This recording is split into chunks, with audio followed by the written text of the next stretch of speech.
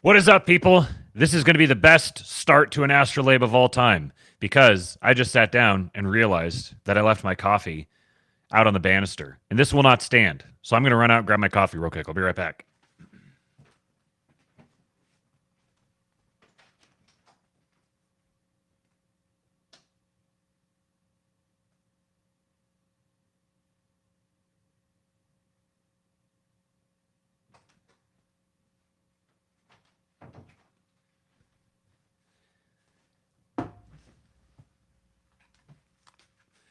Can you imagine going through an entire episode of the Astrolabe without a single sip of coffee? I cannot sanction the thought. What's going on, guys? Happy Tuesday. This is the Astrolabe, brought to you by King Pilled, the best afternoon morning show on the internet.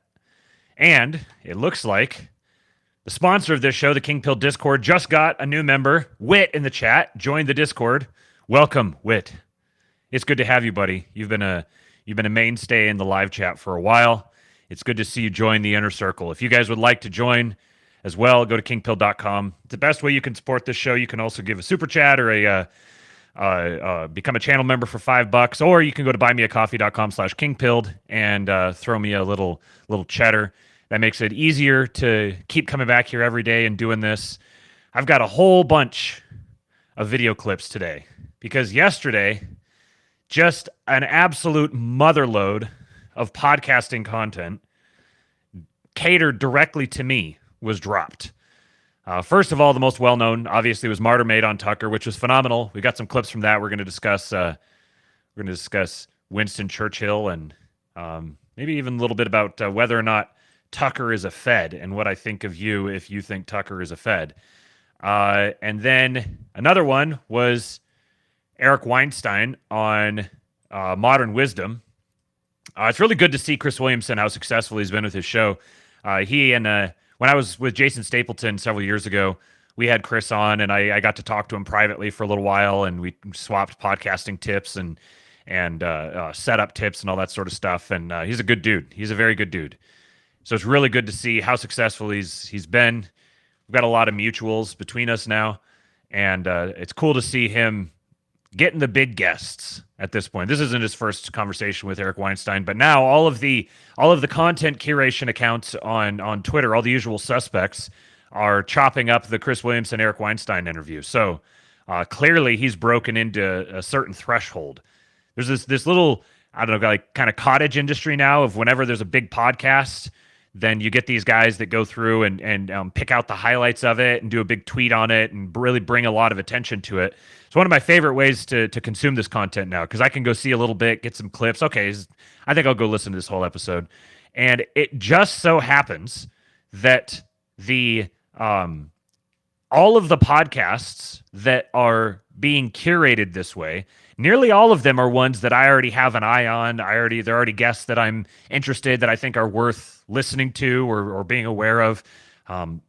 So I don't know. There's something there that the stuff that I'm paying attention to, other people are paying attention to as well. And I don't know if this means I've found my way into an algorithmic echo chamber, or if there's happenings happening. But then the other one that kind of flew under the radar a little bit was Kash Patel on the Sean Ryan show. And this, honestly, that one may wind up being the most important of all of them, given Kash Patel's proximity to the Trump campaign and what he knows, his intimate involvement with a number of different scandals, quote unquote scandals, Russiagate among many others.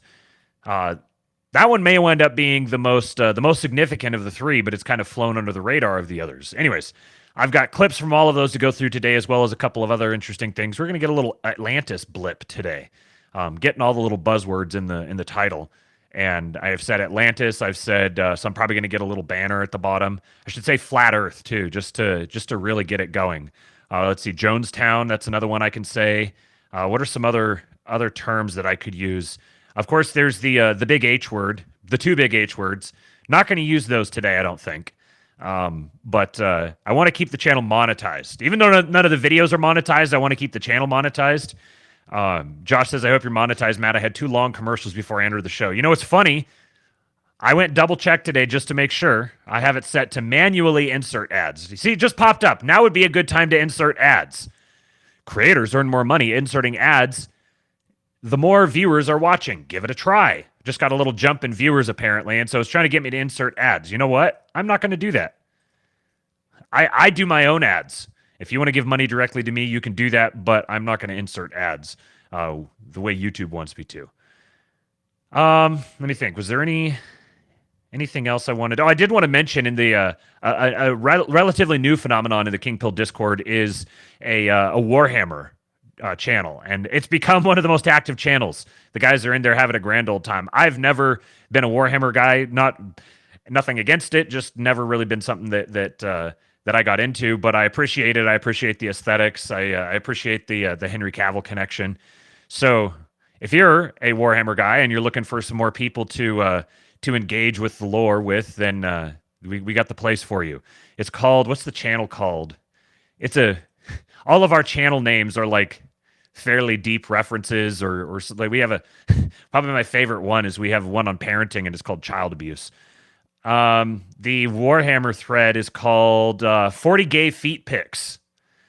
If you've been in the Discord, you understand the name behind you understand that name. You understand what's behind it. I don't even think I could explain it to you. But if you want to get involved in the 40 Gay Feet Pics channel and start warhammering with your bros, then kingpill.com. Go there, sign up. Straight Buster says 40K is based. I've never played it. Yeah, that's exactly my opinion of it. Yeah, H word is in hullabaloo. Hullabungalooya. Okay, first we got to start off with a fun little lighthearted one. And this one, I when I first saw this one, I was kind of like, okay, yeah, that'd be kind of interesting. I guess I'll watch it. And it just got better and better. And then it wound up actually, I was like, man, I'm really glad I watched this. So an absolutely insane match point in para badminton. So we were talking about badminton and shuttlecocks the other day. Here's some more badminton. What's funny to me is you've got these, I don't know what's the technical term we're supposed to call them, little people, dwarfs, midgets, munchkins. I don't know exactly, minions. I don't know exactly what these guys are supposed to be called now, but it's funny that they have to play at the Paralympics. Imagine being one of these guys. If you took a selfie and sent it to someone, they wouldn't think there was anything wrong with you. If they talked to you on the phone, they wouldn't think there was anything wrong with you. But you have to compete at the Paralympics. Anyways, watch this video.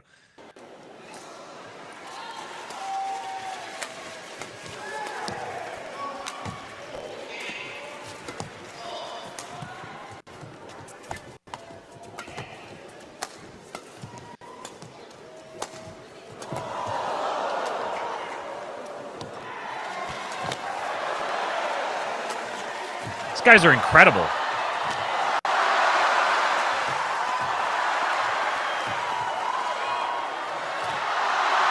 An unbelievable match point. Vita Tavares of Brazil claims the victory in the most extraordinary match point you can imagine. Miles Krosky giving absolutely everything out there on the court. What a display of para badminton. That look on his face right here, man. That got me right in the soul. Wait a second. These are people too. The dude worked his ass off for that point. Some Brazilian, man. Brazil's in the news too much nowadays. Some Brazilian beats him. I don't even know where he was from. But that look on his face, man, it gets me right in the feelings. Good on you, little man. Keep it up. You are a boss. So, speaking of special people, this clip of Trump with the U.S. Special Olympics team. I don't know how I've never seen this one before. You guys are not prepared for the turn that this video is going to take. It was already like, okay, I had already added it, bookmarked it, ready to go for the ASTROLABE. And, oh, man, I'm just going to play it.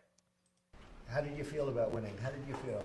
I did good. I did 5 over, 5 times water, 5 times over. Whoa.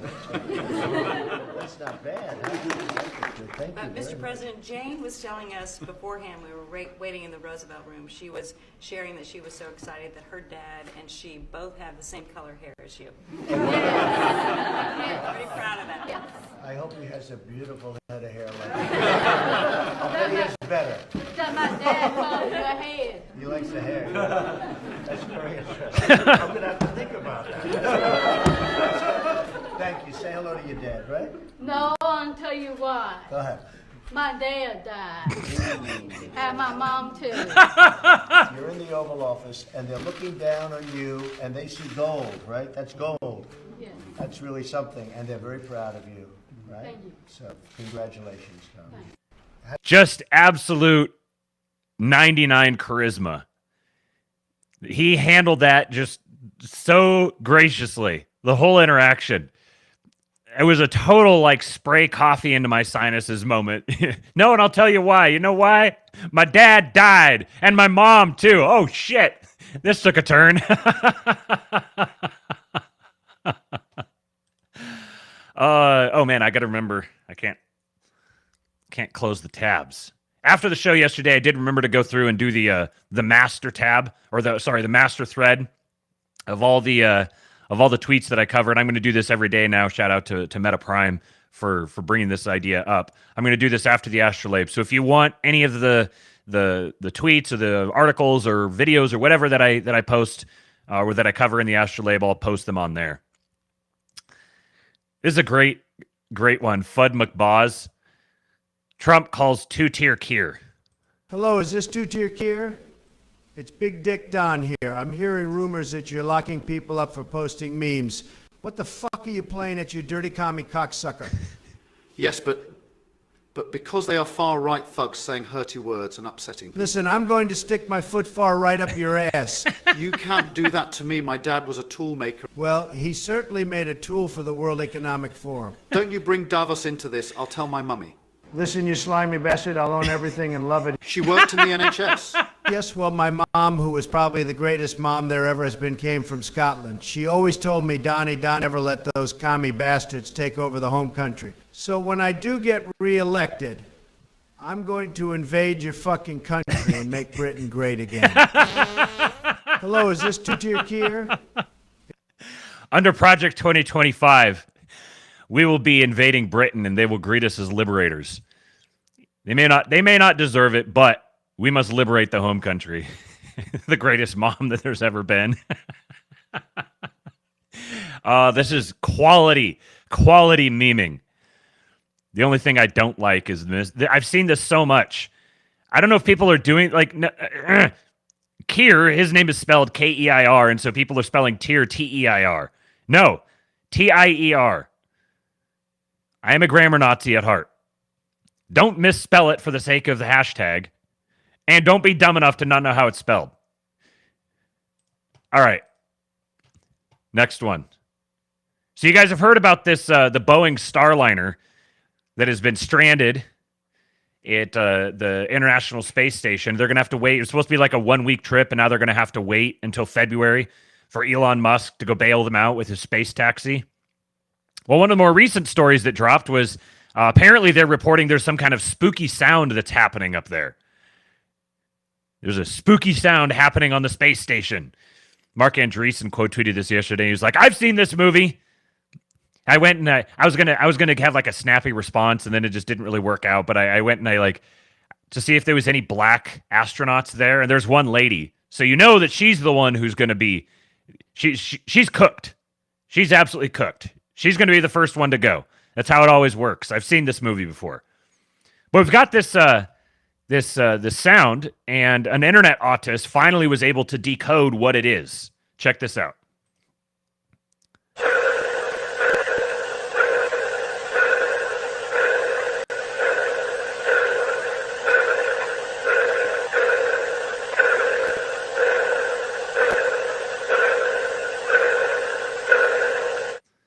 So that's the original sound. That's this weird sound that they're getting, this weird pinging sort of noise. who knows what it is. It kind of reminds me of stuff they hear about, like sonar in a ship or something, like a submarine, hearing the pinging of something. There's some sort of strange thing happening underwater. Well, you'll be surprised to learn what this actually is. You got to speed it up.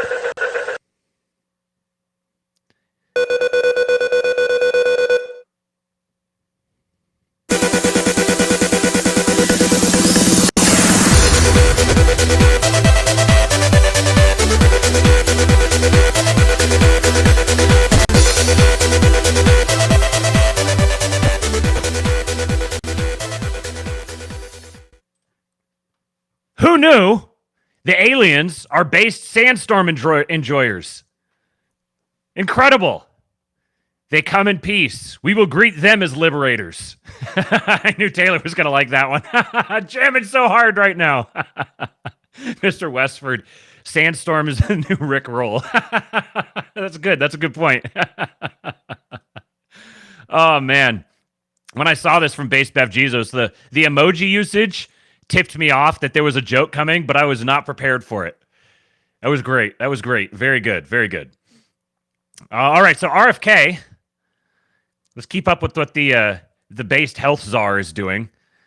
He's on Fox again, joining Fox and Friends Weekend, red pilling the boomers on seed oils, food dyes, and pesticides. And you're black pilling? The boomers aren't ready for this.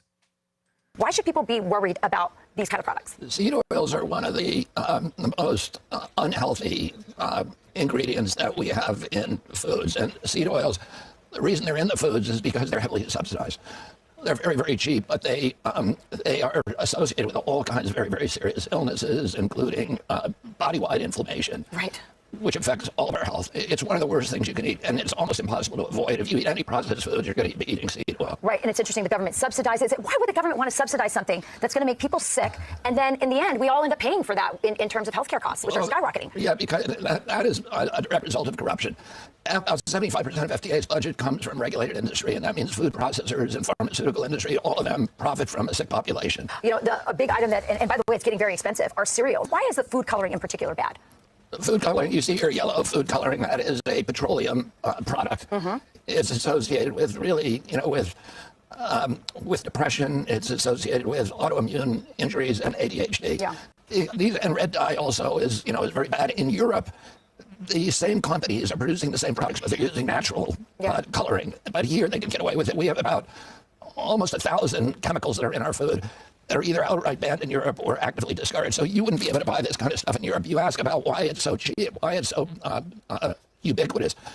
It's because we subsidize the worst foods. We subsidize it with about 70% of our food stamp program is to processed foods, which are all poison. Right. One of the things that's interesting is you'll see on labels, natural flavors, which is this catch-all phrase that I guess was lobbied for, but the ingredients... They're even getting into natural flavors. This is a massive, massive white pill. Now, granted, the Fox audience isn't what it once was. I was listening to the Kash Patel interview. I don't think this is in one of the clips. It might be. I can't remember. I was listening to it. He mentioned that, Sean Ryan told him he was talking to someone who said that the CNN live audience at any given moment is like 50,000 people. That's how small it's gotten. And what Kash said is that when Tucker... I think it was when Tucker left the air, or maybe it was when, within the last little bit before he left the air, his show was a third what Bill O'Reilly's had been. So the cable TV audience has just absolutely cratered. However, now what the cable TV serves as is a launching pad for getting stuff into all the other social media platforms. And the RFK campaign is pretty savvy. They're very social media savvy. They're all over TikTok. They're all over Instagram. This caters directly to the Crunchy Mom Instagram phenomenon, which is massive. Like if you want content that goes viral, go cater to those people on Instagram. I refuse to occupy a meta platform actively because I think they're just I have nothing moral about them. I think that the platforms are aggravatingly terribly engineered. I can't stand them. I won't use them. But the Crunchy Moms on Instagram, that shit goes nuclear on a regular basis. They're getting into natural flavors. in natural flavors are not really natural. No, in our country, natural flavors are chemical products. So you can't trust what's on the ingredient label, and the reason for that, again, is government corruption. It's that the agency, the USDA, the FDA, have been captured by the industries they're supposed to regulate, and they all have an interest in subsidies and then in mass poisoning the American public. Yeah, we'll talk about pesticides, and then let's talk about the policy. So let's talk about the pesticides and the things that worry you about. I mean, this looks like fresh food, right? What should I be worried about here? Yeah, I mean, the irony is, like, for example, my wife loves kale, and she had the impression that kale is actually good for you. If it's organic, it's very good for you. But most kale and strawberries, for example, grapes, are contaminated with pesticides, and particularly the Environmental Working Group has found what they call the dirty dozen, some of the worst pesticides on these products. So, I look at a strawberry and I think, oh, this is a healthy food. Right. But in most cases, unless it's organic, certified organic, you are getting something that's actually hurting you. This is such good stuff. Very, very good to see this happening. In terms of like political impact and propensity for causing the worst people in the world to freak the fuck out, this sort of political activism is akin to anti-war or like any other big hot button issue, defunding or abolishing the deep state. There is billions and billions and billions of dollars, maybe trillions of dollars implicated by this particular cabal, this cartel. I don't know about you guys, but I want to live in a country where McDonald's is a healthy place to eat, where it's not actively trying to kill you. Maybe it's not the most healthy. It's very doable. It's very doable for the fast food places to not be distilled toxic poison targeted at destroying every aspect of your life. I want to live in that country. Because we're not going to live in a country where there's no McDonald's. You're tilting at windmills if you're pursuing that. You're not going to get people not to eat at McDonald's on a mass scale. So the solution is make McDonald's healthy again. Okay. This is interesting.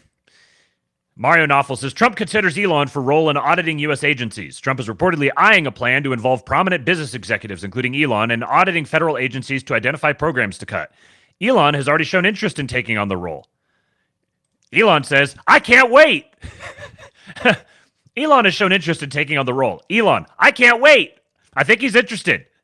He says there's a lot of waste and needless regulation in government that needs to go. These are our boys.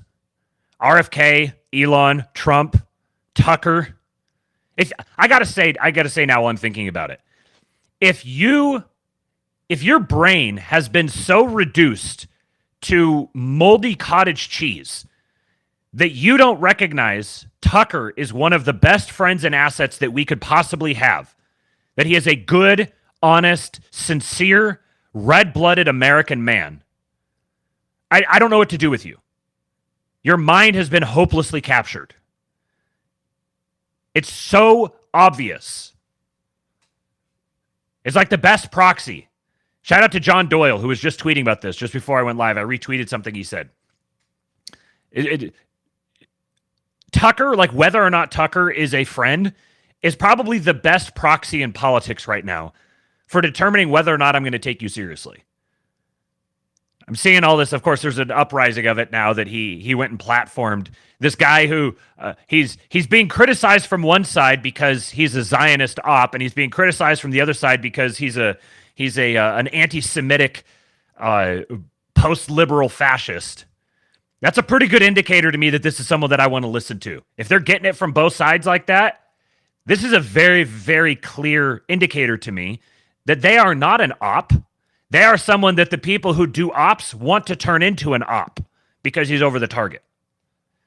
You've got to be able to distinguish between those things. Otherwise, you're like a child engaging in an adult's game. Okay, so we'll get to Martyrmade here in just a minute, but got another Tesla thing for you guys. So remember, on the Trump space, Elon revealed that the naming convention that he used for the Tesla vehicles spells out sexy. An S, a 3, an X, and a Y. The shitposting billionaires is one of my favorite things happening in the world right now. They're shitposting with the core features of their company. They're turning them into shitposts. This is how you know, incidentally, that the boomers are disappearing. Because this is the sort of thing that wasn't proper with the boomers. Oh, you got to be a serious person. You can't be doing such foolishness. This is the boomers going away. This is part of the evidence of the boomer truth regime losing its grip on power. Is that people are not only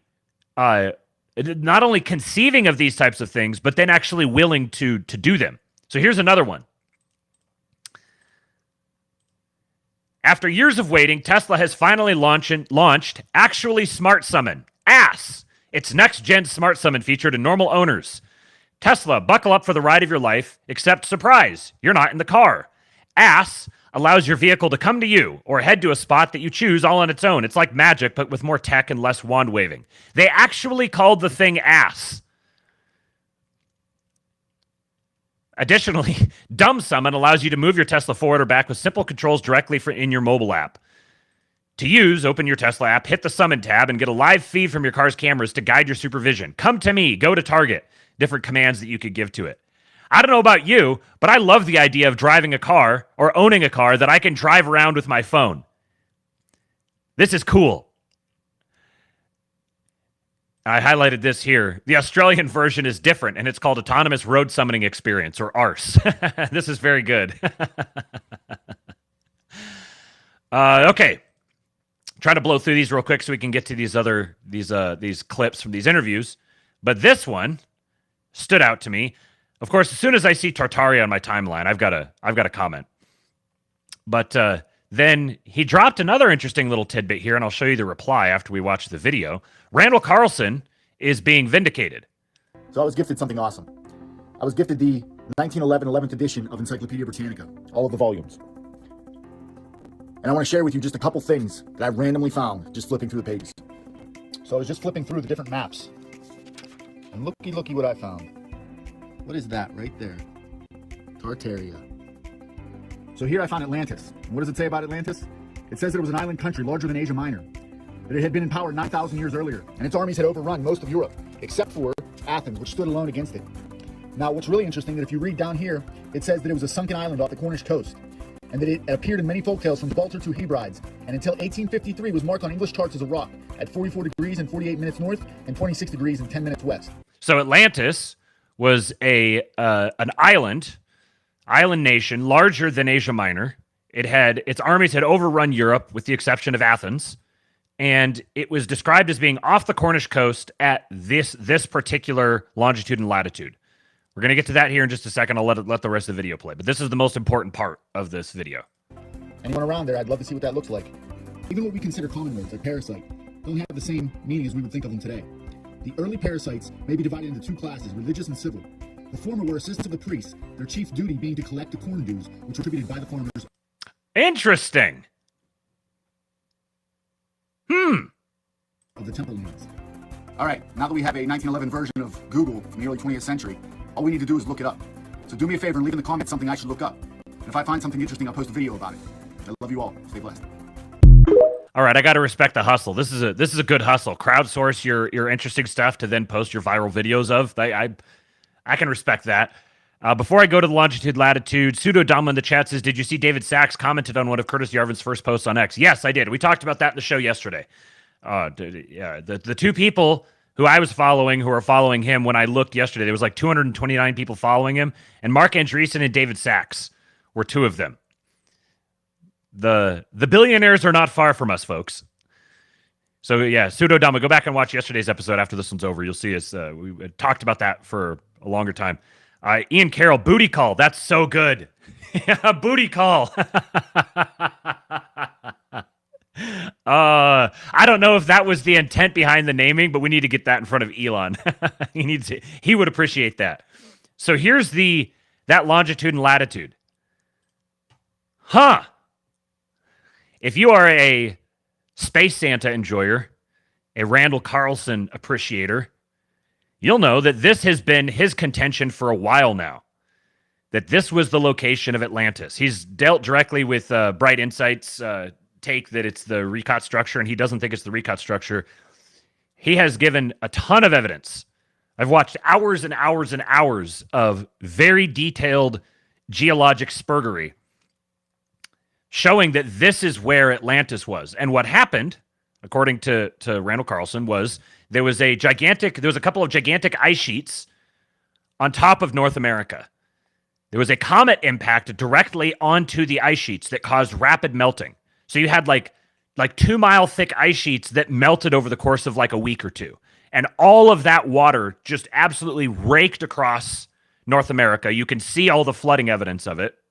And the effect of all of that weight suddenly being removed off of the continent caused something called isostatic rebound, where if you imagine now, you have to roll with the globe Earth model for this. You could probably figure out a way to do it with the plane Earth as well, but in keeping with his description, if you imagine like a beach ball, you got your beach ball here and you push in on one side of the beach ball, it's going to make the other side bulge out. Well, that's the weight of all of this ice pressing down on the North American continent was causing this landmass to press up out of the ocean. And all of that rapid melting both raised the sea level and caused the land to fall to become the ocean floor. And so the Azores today are the very tips of the mountains of what was once Atlantis. This is Randall Carlson's take on it. And I think this is some pretty, I don't know if he's seen this. This seems to be a very resounding endorsement of his claim. If this is where, in 1853, this is where they believed Atlantis was, that was the lore, that to me is a pretty strong indicator that he is absolutely on the right track. He's gone through and he's looked at all of the underwater the currents and the way that the land is, like the dirt. It was obvious that there was a huge rush of water that came over the north part of Africa, and you can see the deep channels of like rivers flowing off the northwestern coast of Africa. He's documented all of this and shown all the very compelling evidence that this right here is where Atlantis was, which is very interesting to think about then.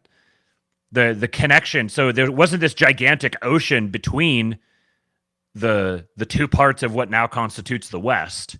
There was actually a large landmass in the middle here. So it was like a hop, skip, and a jump from Europe over to North America. Now, this is still obviously some vast seas to traverse, but it's pretty different when you've got a big, giant continent, basically, right in the middle of this big ocean. It makes traversing over to North America much easier, which I think lends even more credence to the idea that North America has been significantly populated and civilized in ways that the mainstream narrative hasn't really grappled with.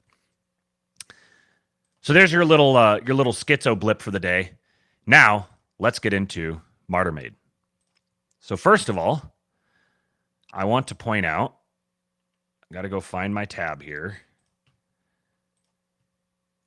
Basically, as soon as the episode drops, look who's signal boosting it. Very interesting, worth watching. Elon jumps on it right away. Now, of course, his mentions are now, shout out to Alex Juricic, good friend. Captive Dreamer, good poster. Marjorie Taylor, we need to protect Tucker Carlson and Elon Musk at all costs. He's a post-liberal, which is a moderate form of fascism. His role is to provide an exoteric Mott, as in Mott and Bailey, veneer, using very interesting and watch-worthy rationalism, reasoning, empiricism, and historicism to sort people... Watch-worthy. To sort people into opposing identity groups, in particular ones that are against the constitutional order of the United States. His veneer of America... Blah, blah, blah, blah. Okay, so the spurging began almost immediately. What is... So I'm gonna play these two clips that we have, and then I'm gonna contrast Elon's response to a couple other people's response. So first of all, let's get into these clips. Let me pause this so it's not playing in the background. I do have to apologize to you for putting Jake Shields on your screen. He's the one that had the clips chopped up best to me. So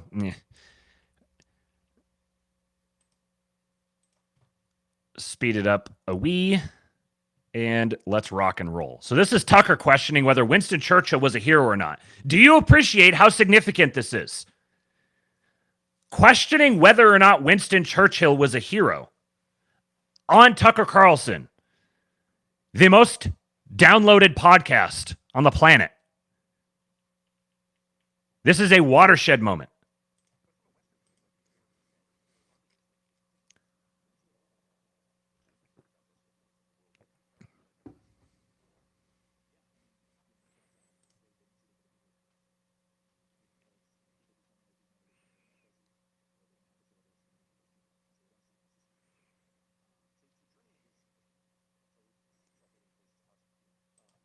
I am sharing the wrong tab. Apologies. Here it is. But from a Western perspective, I think it's fair to say, our leaders make the case implicitly, that it's really only when Europeans have a sense of themselves as Europeans that the world is in peril, but everyone else is fine to do that. Yeah, I mean, that's they don't see those other people as a threat. Either because the people who formulate these narratives don't live in those places, or they don't have historical experience with those people, and so they don't see them as the same kind of threat. So Germany is like a totally self-hating place. It's a husk. Yeah. It's depressing as hell, though also wonderful in a way, but it's going away. But they lost. At least you could say they lost 2 world wars in a row. Yeah. Britain won 2 world wars in a row. And if anything, it's more degraded than Germany. So like, just to take it back to the first thing I said, and I'll shut up and let you answer, but if Churchill is a hero, how come there are British girls begging for drugs on the street of London? Martyrmade's response to this is a banger. I want to highlight first Taylor Brown. He says, all the post-war consensus respecters are chimping out today. This is the signal. If they're chimping out, why? You can't say it's a nothing burger. You can't say this is an op if they're chimping out about it. They don't want this being talked about for obvious reasons. But now this is being mainstreamed on a platform that is basically bulletproof. I want to say more, but I can't. Just, this is a big deal. I'm going to jump this back here to catch the full context of what Martyrmade has to say here. But if Churchill is a hero, how come there are British girls begging for drugs on the street of London? And the place is, it's just London is not majority English now. Like, what? Well, the people who formulated the version of history that considers Churchill a hero, they like London the way it is now. Boom! That was a absolute knife directly to the heart. The people who formulated the history with Churchill as a hero like London the way that it is right now. That is a one-liner for the ages. But that's not victory. That's like the worst kind of defeat, is it not? I'm just confused. If you're an English person who cares about England, then yeah, absolutely it is. It's forget about victory and defeat. It's the worst thing that can happen. If you look at what's going on over lately in England, where you're having riots, you're having these, sort of budding violent confrontations between nationalists and the police and so forth, which, I think our natural, we like order, right? Yeah. Like Europeans, we like order, and we see things like that, and we have a natural aversion to disorder, to street violence. Yes, for sure. We might be, war might be necessary, but disorderly mob violence, things like that, like immediately make us kind of take a step back. Most of our experience with those things is really bad. And at the end of the day, like, it is an unleashing of evil spirits, no matter what the cause or the reason is. One thing that I'd never realized before is that Daryl Cooper has Nick Fuentes fingers. He's got, I don't know if he's like double jointed or whatever, but them bitches is flying around out there.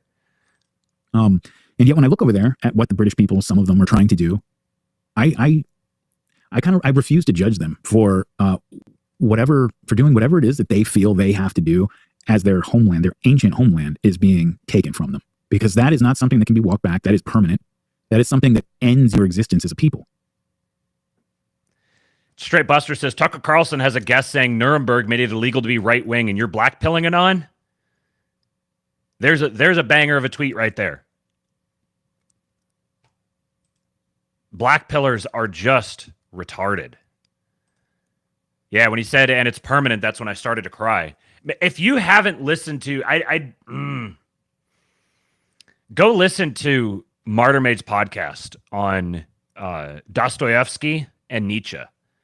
One of easily the best podcast I've ever listened to in my life. It's like 4 hours long in true Daryl Cooper fashion, and it is gripping. I could not stop listening to it. I remember exactly where I was while I was listening to it. Our last house, walking around, it was 105 degrees outside, just broiling hot. And I'd gone for a walk and popped it in and was listening to it. And I didn't want to stop. I just kept going round and round and round the neighborhood because I couldn't stop listening to it. It absolutely had me in tears by the end of it. Masterfully produced. And the juxtaposition of the two is just go listen to it. It's so good. Here's the mythology of World War II history and how ridiculous it is they will jail you for questioning it. This conversation would have been unthinkable 6 months ago. It shows the power of Twitter. Yeah, Jake Shields, me and a few dozen random accounts shifted the Overton window. That's exactly what you did, buddy. It was you. You're the one that did it. Geneva Suggestion said that podcast genuinely had me reflecting on my whole life for like a week. If podcasts can be considered masterpieces, it sure is one of them. Right, yes. I mean, podcasts used to be sort of this little niche thing, but now podcasts are one of the best form of media. They've been instantiated. They're going to be around for a long time. They're going to adapt in various different forms. Like now you get the live stream instead of the podcast, the live stream that gets uploaded as a podcast. You get the in-person long-form interview. This is an adaptation or an evolution on the original form of the podcast. But they're here to stay. They're absolutely a crucial art form. And that one is, I think it's at the top. I don't think that there is another podcast episode, single episode that will ever top that one.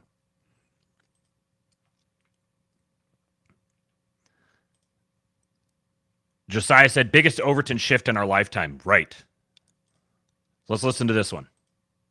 You're approaching this from the most honest possible perspective and allowing readers, viewers, listeners to come to their conclusions with the maximum amount of information. What you're not doing is using history as a weapon, a cudgel, or as a kind of propaganda tool to make policy. So in that, you almost stand alone, I would say, right now.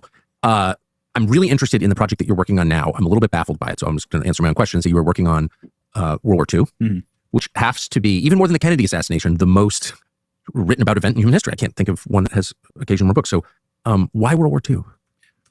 Well, I was giving a talk to a graduate history class at the University of Vienna a while back, online, giving them a talk. And one of the things that I said to them, and I was curious how this was going to go over in Austria, but it seemed to go over all right, is I told them over the next few decades. I just dropped the link to that podcast. It's called The Underground Spirit. That was the name of it. I dropped the link to his website, martyrmade.com. The Underground Spirit. That's the one on Dostoevsky and Nietzsche. Look, anytime you have a historical event, for us in the United States, it's the civil rights movement, it's World War II, and to a certain degree, it's still the Civil War. Everything in between and before those things, you can do whatever you want. Doesn't matter. You think that the Russians were to blame for World War I and not the Germans. You think that it was all British conspiracy. You can do whatever you want. It's fine. Because that's not part of the founding mythology of the order that we're all living in at this time, right? Those other things are. And whenever you have a historical event that is mythologized, and when I say that, I don't mean myth like that's a myth, that's a lie. That's not what I mean. I mean that it's a formative part of how we all understand the world we're in, or at least officially, like the official world, like that. The structures we live in. It's the justification for a lot of those structures, right? Whenever you have those things, you're going to have taboos. You're going to have certain ways that certain topics have to be talked about that are going to guarantee that topic is profoundly misunderstood. And I told the students at the University of Vienna, I said, over the next couple decades, we'll get to a point where the interwar period and the Second World War are far enough away that people can actually start taking a more honest look at everything that went on. And it is going to be the most fruitful place that any aspiring historian can dive into, because we spent the last 70 years, I mean, in Europe's case, like literally throwing people in jail for looking into the wrong corners, right? So there's and even particularly in Austria. Right. And so even in the United States. It was an invaded country, so I'm not exactly sure why it's so important. Yeah. Well, I mean, it's a big topic, but even in the United States where you're not going to go to jail necessarily for doing that. You might have your life ruined and lose your job. You might absolutely go to jail in this country. Nowadays, you might, yeah. But you could write a book. You could take any angle on it you want. You're not going to ever get a job or have a publisher want to publish it or anything, but you could do it. You can go out on the street corner and stand on a box and say whatever it is you think. But even still, that event is really it's a core part of the state religion, that there are emotional triggers built into people since childhood that almost prevent them. A core part of the state religion. I know that Daryl has said this publicly. I saw a tweet to this effect recently that he sees the way he recognizes the dynamic flow of his audience is that he has big normie appeal because of his connection to Jocko, and a lot of the stuff that Dostoevsky and Nietzsche is a podcast that is pretty normie friendly. Those types of things are normie friendly. And then The other part of his audience is Pete Quinones, Thomas 777, and his job is to bridge that gap. That's the significance of this. These are two of the biggest hour guys out there. And I will quibble with things that some of them, that either of them say or do. I disagree with the way they present certain things. But you have to suppress the autism enough to recognize what's happening here. The risk these guys are taking and what that evidence is about their own character and the extent to which they believe these things. And you can read between the lines. If you aren't wholly given over to Asperger's, you can read between the lines. From taking an approach that might lead them to information or to conclusions that are not part of the state religion's version of that event, you know. And again, you're going to find that. I'm sure the Peloponnesian Wars were like that for the ancient Greeks. Well, by the way, the American Revolution, which is now totally irrelevant to modern America, unfortunately, was like that. The life of Lincoln was like that. Lincoln was an very complicated guy. It's not an endorsement of slavery. Well, speaking for myself, I think slavery is disgusting. It's the worst thing. What you're saying is absolutely right. It's not just the Second World War that is sort of uniquely censored or protected. The mythology around it, it's every event that's central to a nation's understanding of itself, and then that changes over time. So do you think that we are far enough away, 80 years from that war, where you can try to take as an objective a look as you can, and that will be allowed? No, I don't. I think we've got a little ways to go on that, but I hope I can kind of start to break the ice a little bit, you know, because like here's the problem with doing something like that. And this is something I'm very aware of as I research it and start to work on the project, is that when you have a mythologized historical event that is told, that is, I mean, again, you go to a lot of places in Europe, it's a legal requirement. Over here, it's not quite that, but it almost might as well be, where that this event is going to be described from a certain perspective. You're going to approach it a certain way. There are just certain things you're not allowed to question. You have to... Like, literally, it's a crime to ask questions, right. Yes. Then whenever that's the case, when you try to add any type of balance to that account, when you try to tell the story in a way that brings other approaches and other perspectives into it, it's going to look like you're trying to justify those other things.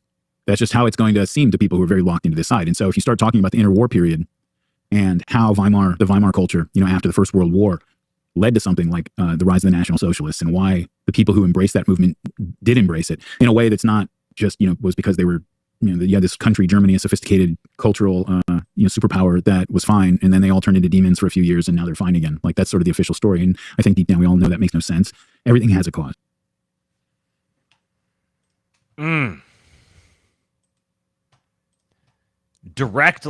Directly calling out and questioning the Nuremberg regime to the boomers. I heard a rumor, supposedly, that Sam Hyde was interviewed by Tucker Carlson. If this is true, if we're going to get a Tucker Carlson, Sam Hyde conversation, the internet is going to melt down in the best way possible. The boomers aren't ready. They're the victims laying on the track in front of the trolley, and the trolley is about to just right over them. We are living in the best timeline. The Ghost of Kiev on Tucker, yeah. Now, so remember at the beginning of this, I showed Elon's response. Very interesting, worth watching. Joe Lonsdale. See, this is what's complicated about these PayPal Mafia characters. They're, by the type of standard we might use for saying, like, these are our guys, like, do they subscribe to these particular facets or impressions of history? Plenty of them are going to diverge widely. Joe Lonsdale is one of them, for sure. He's a very fascinating character. Came up through the Seasteading Institute, close with Patrick Friedman, close with Ken Paxton. Absolutely a diehard American, wants America to be great, fervent supporter of Trump, and not just Trump, but the Make America Great Again notion. And yet, he's also very much a post-war consensus guy. I don't know, I've never seen this guy before, don't care what he has to say. He says, I've only listened to the part dedicated to Winston Churchill, as it's 3:30 a.m. here, and Churchill is my main area of expertise. Cooper is a charlatan and a conspiracist. He knows next to nothing about Churchill. And I'm not exaggerating. He's unbelievably uninformed. I don't know how he doesn't feel embarrassed spouting such drivel. I can only imagine how awful the rest of this podcast is. I'll address this absolute clown's ahistorical points on Churchill in a thread or article later this week once I get the time. Oh, man, I got to take time out of my day. I'm a Churchill expert, and I'm going to try to take time out of my day to address this stuff this guy said that I disagree with about Churchill. These are such insufferable assmongers. Lonsdale's response is, thank you. Clearly a bad guy. Tucker being fooled by conspiracy theorists. You've got to get your mind wrapped around the fact that someone can diverge from you like this and yet still be a political friend right now.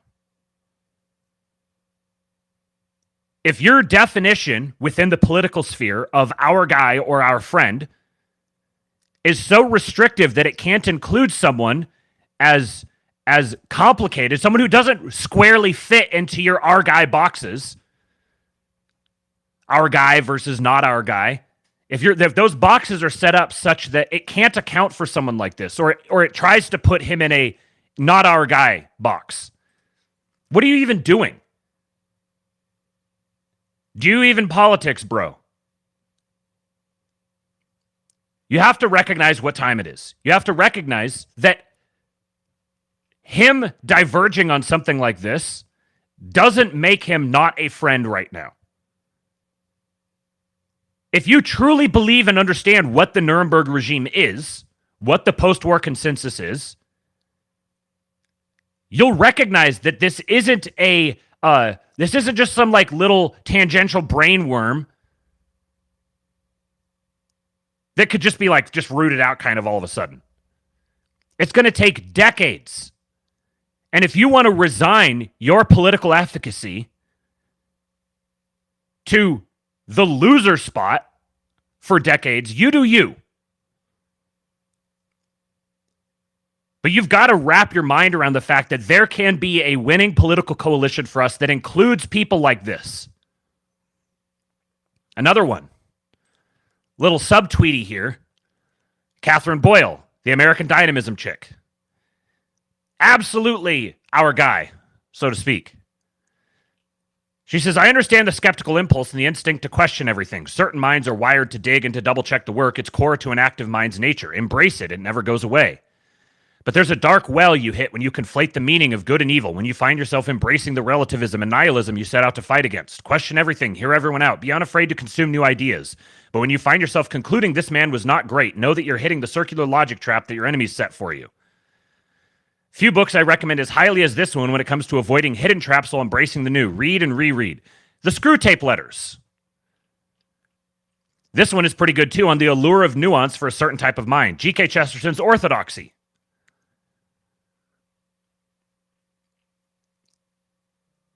These people are our friends. In this moment in time, they are doing more to advance our causes than anybody else. Definitely more than the anonymous shitposting accounts who just freak the fuck out and shit and piss everywhere. Every time someone, a professional person in the public eye who hobnobs exclusively with normies, doesn't immediately subscribe publicly to the most radical perspective of revisionist history that is available right now. This is how we win. We win because ultimately, the things that Joe Lonsdale and Catherine Boyle align with us on and our causes that they're advancing are far more significant than the sort of pushback that they want to give on something like questioning Winston Churchill's legacy.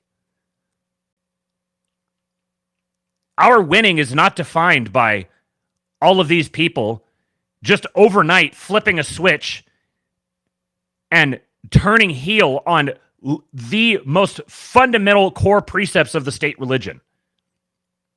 They're going to start by challenging things like the opposition to families and patriotism and nationalism. This is how they'll begin. Down the road, perhaps, after, like, this stuff is hitting the mainstream now. And you want to immediately, like, make an evaluation of this person's political efficacy for you based on how they react to this thing right the moment it hits the mainstream. Of course not. If it's a state religion that has existed for generations, by definition, it's going to take a long time to root out. And there's going to be a lot of people who are in opposition to it being rooted out who ultimately don't matter toward that end. Both of these things can be true at the same time.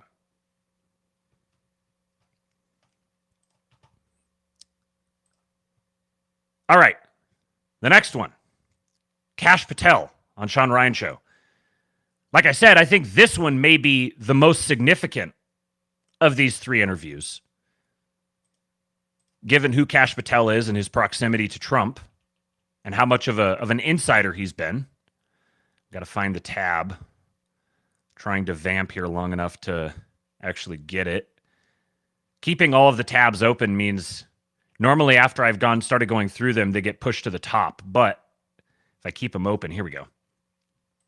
So a little teaser here first. Remember the letter that we went through a couple weeks, or it was maybe last week, that the German government sent to Gab, requesting them to release all the private information of this guy who said one of the German politicians was fat and ugly. And it said something in there about not being able to let this person know that you're releasing this information to us for 5 years. And I said that, if this is what they're saying, this is what's happening with every one of these major platforms in the U.S. or outside the U.S. when they're being leaned on by the FBI, the State Department, the different NGOs, what have you, the blob. Chris Wray, the director of the FBI, and Rod Rosenstein were tasked with helping us at Congress, where I ran the Russiagate investigation, to expose Russiagate. We went to them and said, look, you guys didn't do this. Help us expose it. You know what they did? They launched an investigation against me. They used grand jury subpoenas to get my personal information, my banking information, my emails, my cell phone information, and everything else. I didn't find out till 5 years later when Google called me and said, hey, our 5-year notification has lapsed. We can now tell you the DOJ surveilled you. And we had to turn over documents. We exploded that into a federal lawsuit that's still ongoing in the DOJ and FBI. What? So Google informed you that you're being surveilled 5 years after the investigation started. What more did they tell you? They're not allowed to say anything. As a former national security prosecutor, I know you don't just go to Google. You go to every provider. You go to all the telecoms. You go to the bank. You go to everybody. But these two guys who were running the FBI and DOJ sat in a room with the chairman of the House Intelligence Committee and lied to our faces. They threatened to investigate us. They actually did it. Chris Wray, the Kate says historic restoration, which is what I kind of prefer to revisionism. I like that. I'm going to start using that. Historic restoration is something that will come naturally as our side takes more power. Exactly. No need to spurg if our allies aren't where we are down the rabbit hole. Yes, correct. Correct. Because the big distinction here with these like 90s libs, which is kind of the way, like, you should think of them as being like 90s libs. Their perspective on something like this isn't, they're going to very roundly criticize and get all up in a furor about it. But they're also human beings. They're not like enfleshed demons who think that you need to be rooted out of society and are going to try to subvert every last thing about your life because you happen to question the orthodoxy of the state religion. They actually genuinely do believe many of the idealistic tenets of the Boomer Truth regime. So it's like they're keeping the accoutrement while allowing the fundamentals to be swept away and even facilitating the fundamentals being swept away. Yeah, historic restoration is great. Andrew says, under the post-war consensus where Churchill is a hero, the UK stopped exporting its people, basically stopped producing them altogether, and started importing the people it formerly colonized. Yep. If you're a country and you're not exporting your own people to colonize other countries, you're doing it wrong. Yeah, that's the people are going to go out or they're going to come in.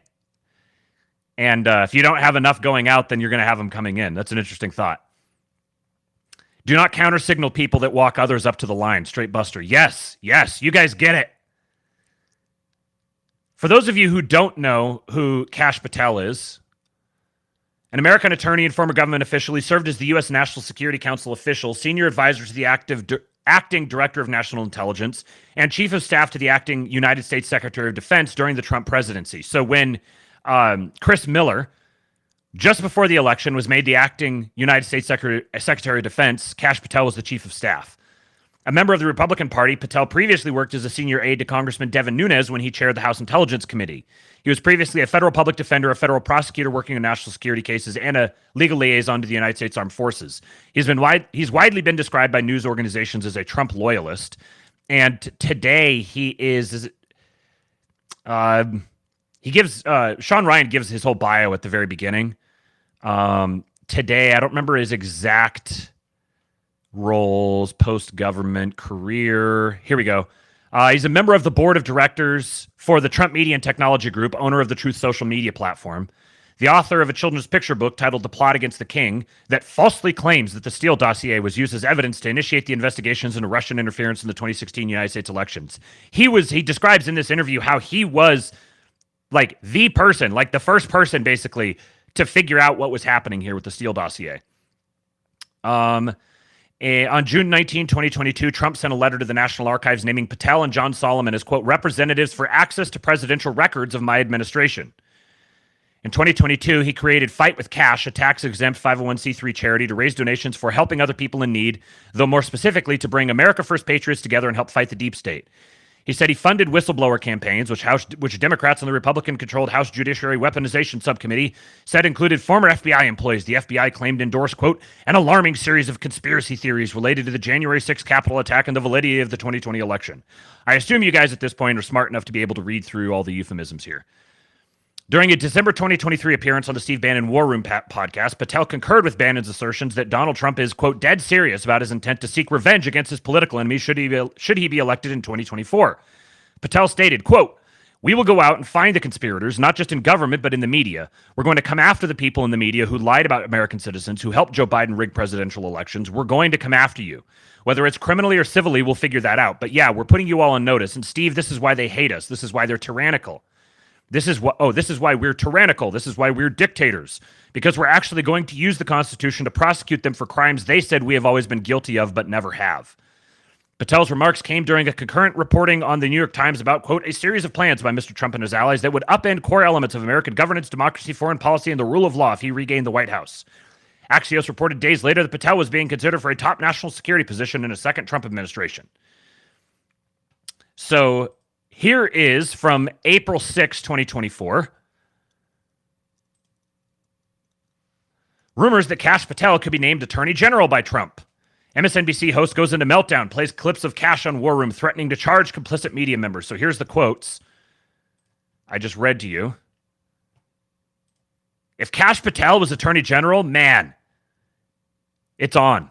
But what jumped out as potentially the most alarming detail was that within the actual Trump campaign, the person whose name is being floated to be Trump's Attorney General of the United States to run the Justice Department is this guy. We will go out and find the conspirators, not just in government, but in the media. Yes, we're going to come after the people in the media who lied about American citizens, who helped Joe Biden rig presidential elections. We're going to come after you. Whether it's criminally or civilly, we'll figure that out. But yeah, we're putting you all on notice. That is Kash Patel, the former chief of staff to Trump's Secretary of Defense, a man who is apparently on the short list for Attorney General if Donald Trump retakes office. Now, Trump has not been shy about his desire to weaponize the DOJ and use it to go after his enemies, and we should probably take him at his word. Can you imagine that? Can you imagine an occupant of the White House weaponizing the DOJ to go after his enemies? The horror! About that. I do think he is serious, but don't just take it from me. Last month, Trump announced that all of the January 6th committee members should go to jail. And today, the LA Times interviewed some of those members to ask how seriously they were taking those threats. Congresswoman Zoe Lofgren said, one thing I learned on the committee is to pay attention and listen to what Trump says because he means it. If he intends to eliminate our constitutional system and start arresting his political enemies, I guess I would be on that list. The paper also interviewed Congressman Adam Schiff, who Trump has made one of his top political enemies. Shifty Schiff Schiff! That he is having real-time conversations with his staff about how to make sure he stays safe if Trump follows through on his threats. So the danger here is apparently very real. and the Biden administration is doing something about it. Right before Trump's potential future Attorney General Kash Patel told Steve Bannon that he would use the government to go after Trump's enemies, Patel laid out what he thinks would need to happen within the government to empower him. He'd have to clean house. Do you believe that you can deliver the goods on this in a pretty short order the first couple of months so we can get rolling on prosecutions? Yes, we got the bench for it, Bannon, and you know those guys. I'm not going to go out there and say their names right now so the radical left-wing media can terrorize them. But, excuse me, the one thing we learned in the Trump administration the first go-around is we got to put in all-America patriots top to bottom. Well, today the Biden administration just playing the greatest hits for us. Issued a new rule, an attempt to Trump-proof the White House. The rule strengthens job protections for federal workers so Trump can't just clean house and replace everyone in the executive branch with MAGA hat wearing Trump supporters. So yes, Trump could still try to go after his enemies, and he could still try to install someone like Kash Patel as the attorney general to do so. But that attorney general would have a much harder time going full banana republic if the people actually carrying out the work under him were career government workers and not political stooges. As if those are different things. You dumb bitch. Javier Oliva says, this is like that old anti-drug ad where the angry dad is asking his kid why he's smoking dope, and the kid answers, I learned it from watching you. Trump will do what he watched the Dems do. Right. Oh, look at that. We've got a precedent. How long until they call him a Pajit on MSNBC? Oh, man. Just wait until MSNBC starts Pajit posting. That's when we'll really know that we're back. Okay, so a couple more clips from him here. This one here, we're going to start with this clip. Now, remember the thing that we've talked about before, Trump and his intentions with both RFK and Elon. Take those into context here, and remember that Kash Patel is on the board of the owner of Truth Social, has been a close Trump loyalist for a long time. He's on the short list for Attorney General. This is what he's saying about this possibility. I think you were asking earlier. I'm like, dude, it ain't happening overnight. Even if Trump wins, it ain't happening during his 4 years fully. They spent decades doing this. It's going to take a few terms to clean up. Yeah. Yeah. I mean, how do you get them out of government? How do you get the deep state out of government? You deprive them of the opportunity to continue running the deep state, removing their security clearances.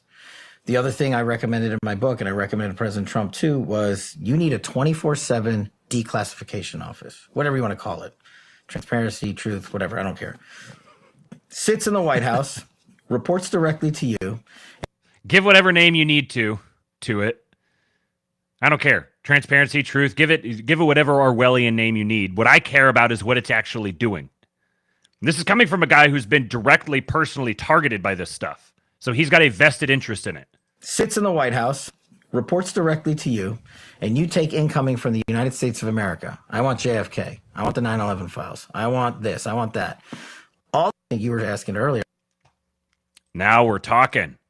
So this might give you a little insight into what's the sorts of conversations that are being had that lead to the public release of things like, hey, we're going to create an independent commission. We're going to put RFK in charge of it to look into presidential assassinations. Oh, I wonder how many different things you can find that are tangential to presidential assassinations that also have to be investigated as well. I wonder how deeply rooted all these tentacles are. You start pulling on one thing and you're going to get a whole bunch of things. Speaking of a bureaucratic bulldozer. All right, so now there's a longer clip, and it's a sobering clip as well. He's talking about the things that could happen between now and the election. How vulnerable is it to outside attacks? Big. It's big because once they hit it, we can't fix it fast. I mean, look, we just saw Paris during the Olympics just got blacked out. Ain't a coincidence after the opening ceremonies. And again, I think President Trump has talked about this. You need to overhaul the infrastructure around these systems to safeguard us from what I view as one of the easier threats our adversaries can deploy against America. There's also, those are harder to trace too. So that's the other thing. The sourcing would be much harder on that than, say, a kinetic operation like a 9/11 style attack. I mean, is there any contingency plans up at the top on if that were to happen? So there's this thing called COOCOG capabilities, like continuity of government, and everybody's heard about locations around America. I can't really talk about, but it's very interesting for those of you who have followed any of the continuity of government stuff, which is kind of like an evolution on the Q phenomenon. A lot of the people who found the Q thing very interesting and saw that there was a lot of, it wasn't just smoke, there was some fire there. There was something going on, something happening.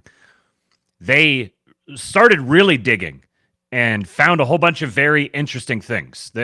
I've seen enough that I'm like, okay, I can't just write this all off as, boomer tier conspiracy mongering. There's legitimately something there. And Kash Patel is a guy who figures very prominently within that whole continuity of government thing. So I guarantee you, all of those people, there's still a very strong Q subculture where they're looking for every last little thing they can find.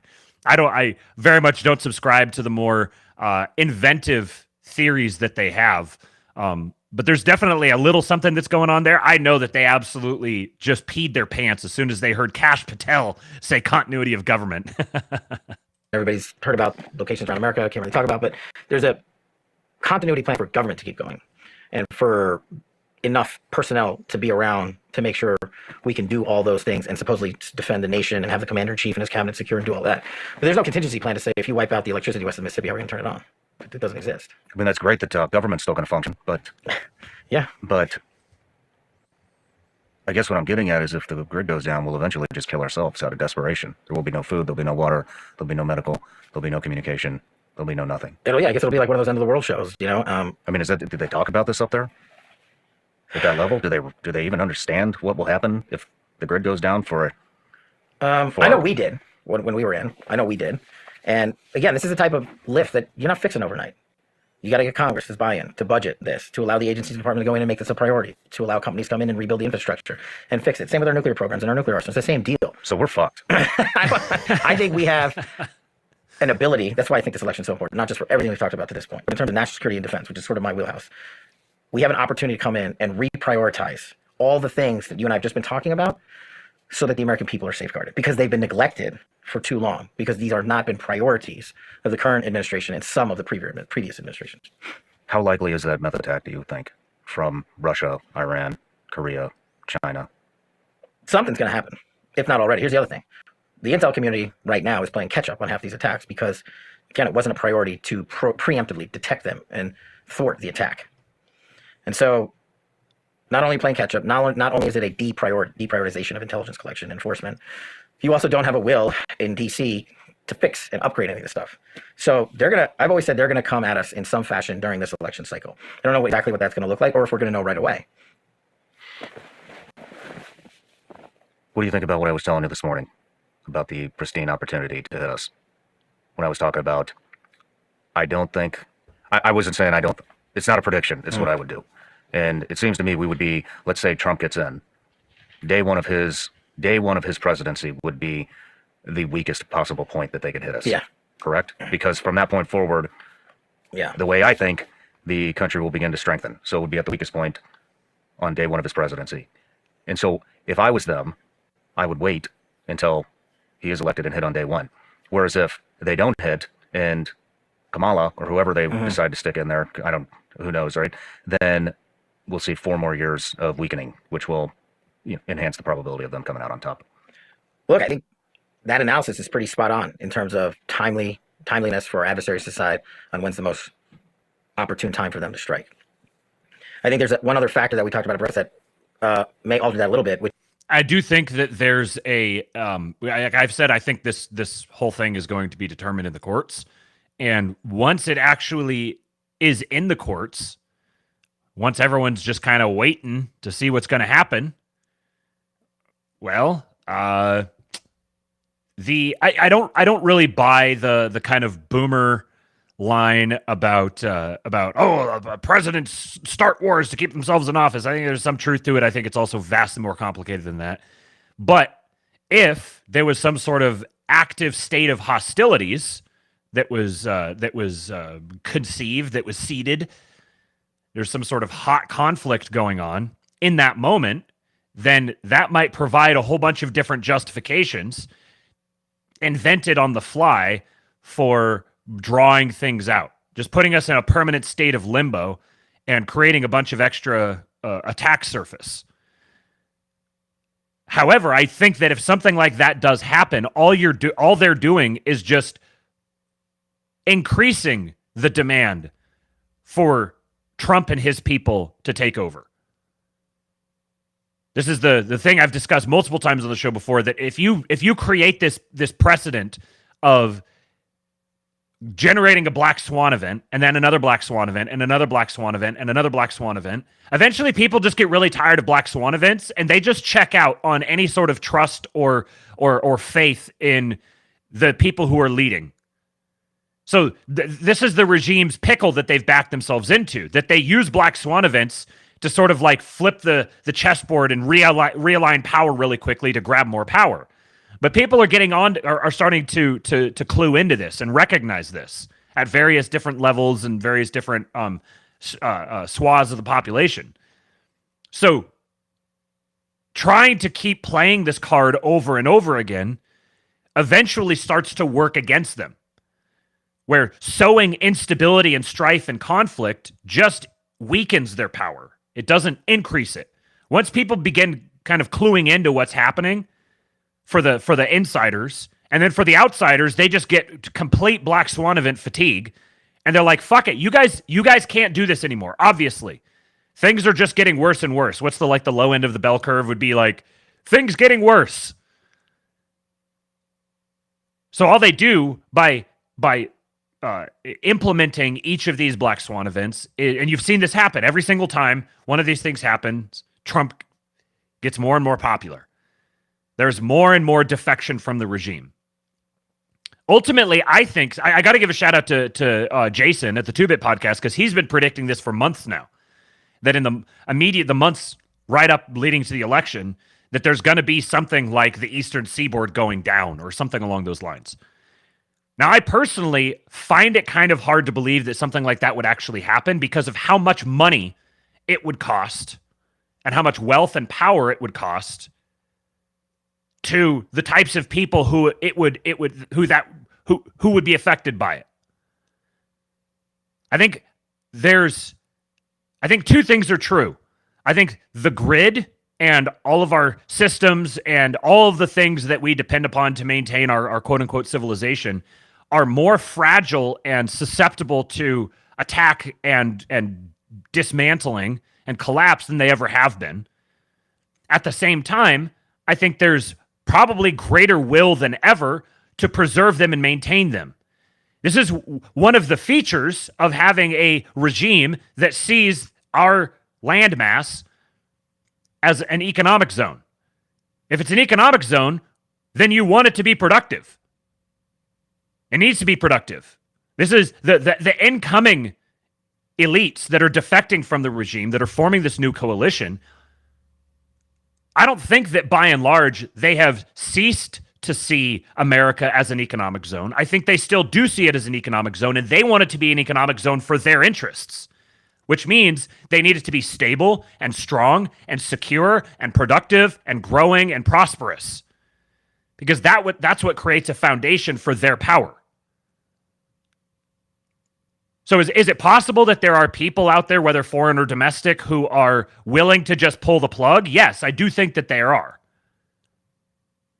However, I think that there's a lot more people who would toy with that idea than there are who would actually move on it.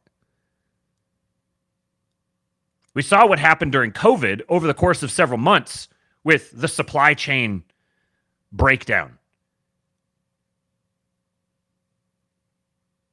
The way that everything immediately got super unstable and we were right on the cusp of just collapsing into total chaos and anarchy was revelatory, I think, to a lot of people. That's part of what sparked this desire, this like, oh, holy shit, like things are worse than I thought. We need to get our act together as a polity, as a geographically limited people. There are a lot of very, very powerful invisible interests whose wealth and power depends upon the American institutions maintaining direct control over this plot of land on the earth. This idea that the entire elite class is completely given over to strip mining the country and reducing this continent to a third world ghetto. It doesn't square with their self-interest. It doesn't square with their economic priorities. If you economically devastate the United States, then, for example, American oil interests are going to be hardest hit. If you were going to break down all the different geographical locations on the planet by their value as financial or economic assets, the North American continent is probably the most valuable. So there's a war for who's going to control it. And the war is coming down to between the people who want to control it to maximize it and the people who want to control it to destroy it. And I would say those who want to maximize it are necessarily ultimately going to win out. Let's continue this. Which is, there's so much bad stuff going on right now that our adversaries have collectively kicked off against us, whether it's the border, whether it's the never-ending war in Ukraine, whether it's the war in Israel, whether it's the CCP and what they're doing or going to do in Taiwan, whatever's going on in Africa, whether it's Afghanistan and its resurgence of Al-Qaeda. There's so many things going on, and I think an adversary that traditionally might have waited to that opportune day might come in the interim and say, these guys have no idea how to defend what we can put out there right now. So maybe they go now. Maybe they go in the interim in the next 100 and whatever it is, 4 days or something like that. But they've already done three things that nobody said would ever happen. Started 2 new world wars in Ukraine and Israel, and allowed China and the CCP to flex their muscles on Taiwan. Everybody's like, that's never going to happen. Well, it didn't happen under Trump. It all happened now. And we haven't even talked about DPRK, their new program, their rockets. That guy's been having a party this entire time. Or Venezuela, right? You know, people forget about how bad some of these regimes are for global stability when they're not in the news every day. And I think that's advantageous for their leadership, and they see it. And they're like, all right, well, let's figure this out. Because at the end of the day, all they care about is themselves. How vulnerable are we to cyber threats? Big time. What are the other vulnerabilities? From our adversaries specifically? Yes. We talked about everything coming in from the border, huge collective threat. That's just going to keep growing, metastasizing. And that includes a lot more of the physical stuff, right? The crime, the fentanyl, the narco trafficking, the sex smuggling, that kind of stuff. The cyber stuff is in a different lane, but could expose us just as much, if not worse. And I think we're very, very, very vulnerable to that. Just look at what CrowdStrike did, you know? Shut down. That's an American company run by James Comey's buddy. Is it really? Yeah. James Comey's former number 2 is Sean Henry, the COO, or whatever it is. And if this company can get as big as it did, mind you, this is the same company, CrowdStrike, that the FBI, when Donald Trump was getting to the presidency and James Comey was the director, remember the whole DNC hack from Russia, another disinformation campaign? They said the Russians hacked the DNC to try to rig the election for Donald Trump. Comey gave the servers from the DNC to CrowdStrike to exploit. Have you ever heard of a time that the FBI surrendered its investigation to a private entity and didn't conduct its own surveillance and exploitation of that data? I interrogated Sean Henry.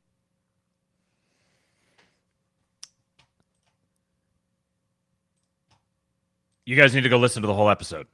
Like I'm saying, this is of the 3 episodes that dropped yesterday.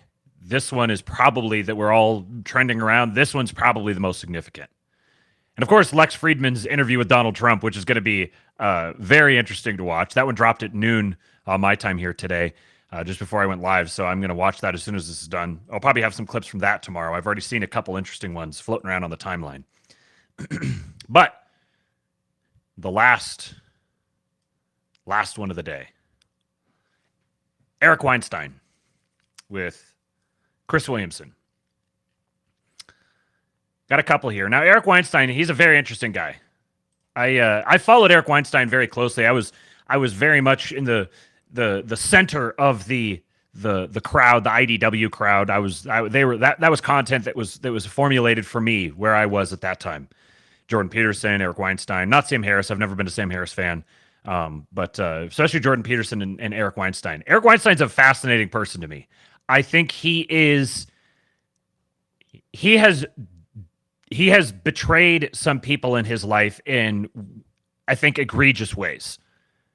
I think he is like the very definition of subversive. I think he's also brilliant and a fascinating communicator, and I think his mind is fascinating. This is like, I don't know if this is like the big five.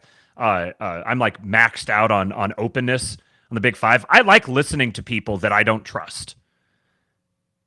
If they're fascinating, if they're interesting, if they bring an interesting perspective to bear, or they have unique insight into certain things, I like listening to them.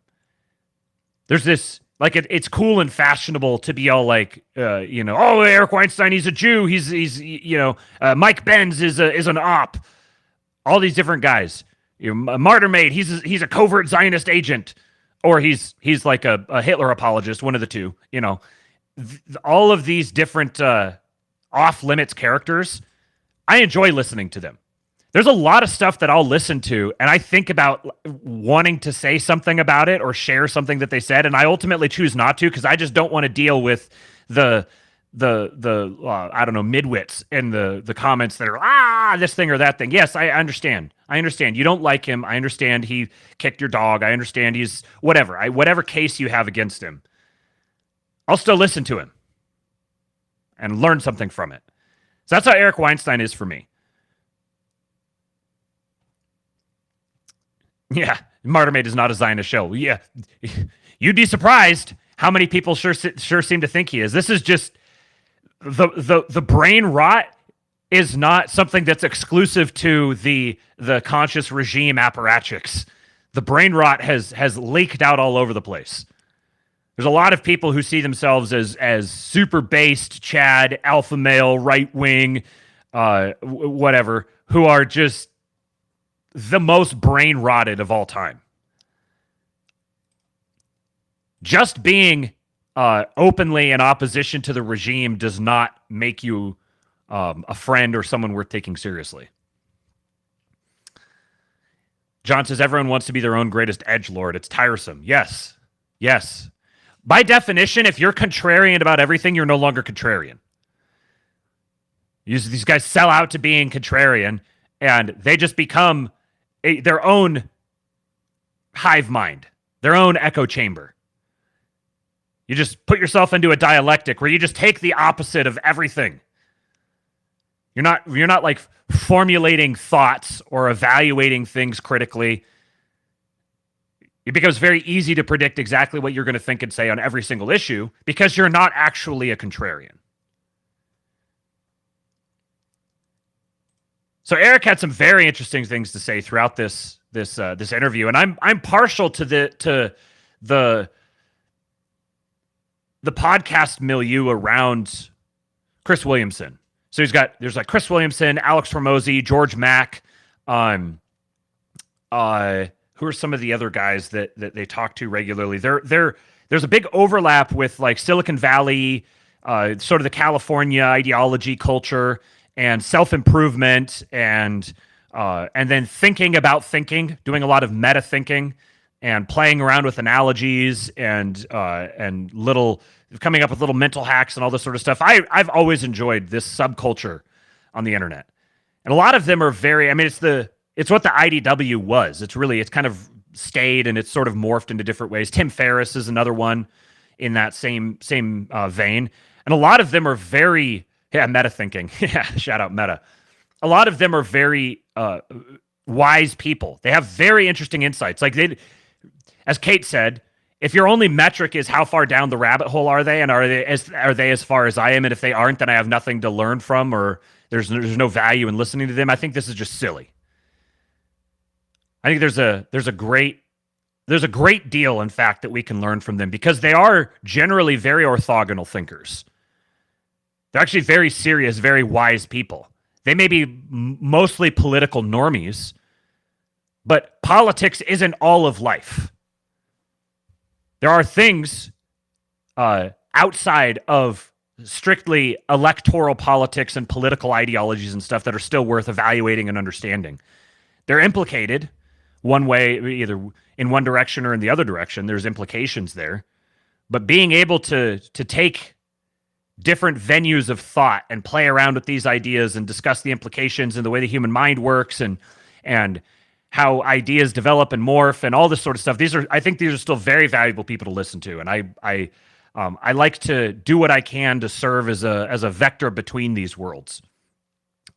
Also, before I hit play on this, I got to admit, Chris Williamson has the best aesthetics in the podcasting universe. This setup that they have here, you'll see there's a few different shots. They set up in this garage, the lighting, everything is just so good. So let's play this. I've got 1, 2, 3, 4 different clips, and then a last clip as well that's related. You said, what are the odds that Joe Biden has a debilitating event between now and November, including death? So he runs a 1 in 20 chance of dying in any given year or above, that I don't think you know whether he's even going to make it to November. This was a reference to their previous conversation in February. Debilitating event could have been a debilitating public event. I purposely left it vague, and I didn't say the other part of it, which I now feel comfortable saying, which is I don't know whether Donald Trump will be allowed to become president. What do you mean by that? I think that there's a remarkable story, and we're in a funny game, which is, are we allowed to say what that story is? Because to say it, to analyze it, to name it, is to bring it into view. I think we don't understand why the censorship is behaving the way it is. We don't understand why it's in the shadows. We don't understand why our news is acting in a bizarre fashion. So let's just set the stage, given that that was in February. There is something that I think Mike Benz has just referred to as the rules-based international order. It's an interlocking series of agreements, tacit understandings, explicit understandings, clandestine understandings about how the most important structures keep the world free of war and keep markets open.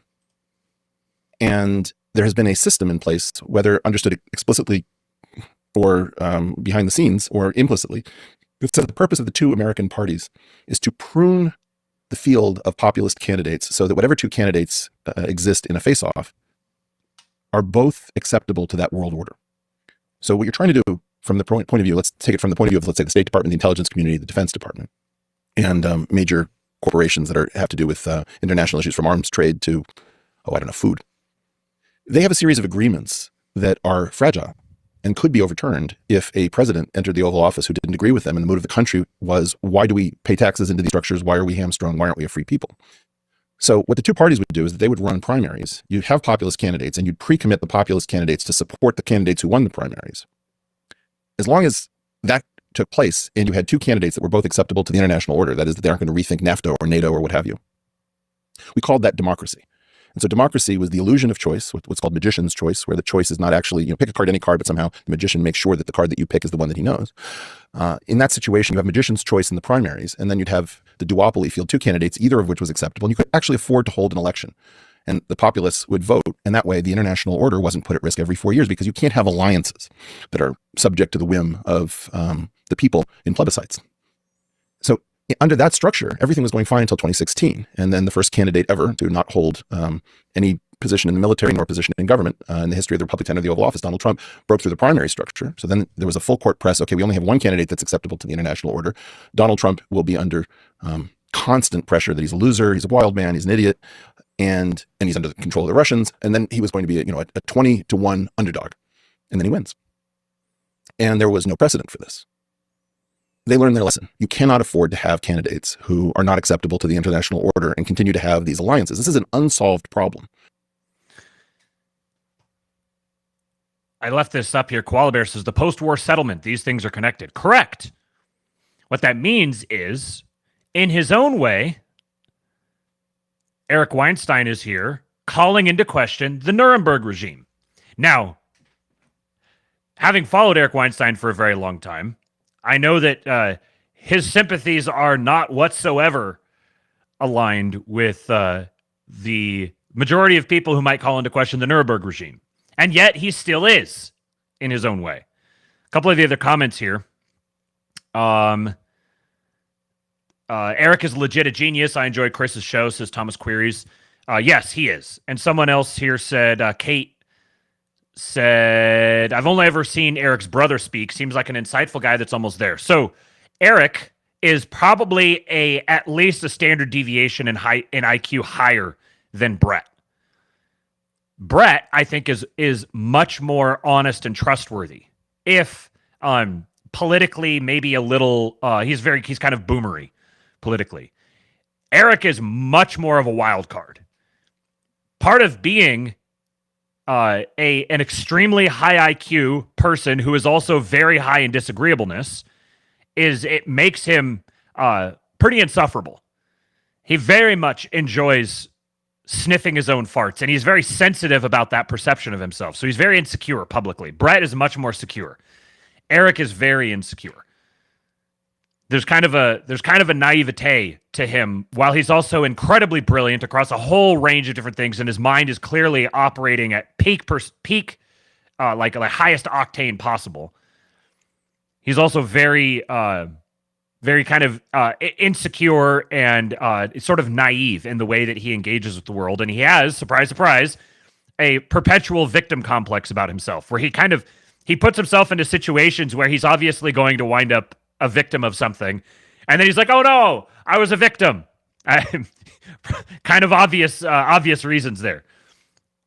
At the same time, there's also a real genuine honesty about him, where I think that he does, in spite of these foibles, he does have this pull toward the truth, and has a distinct grievance with the people who would victimize other honest people.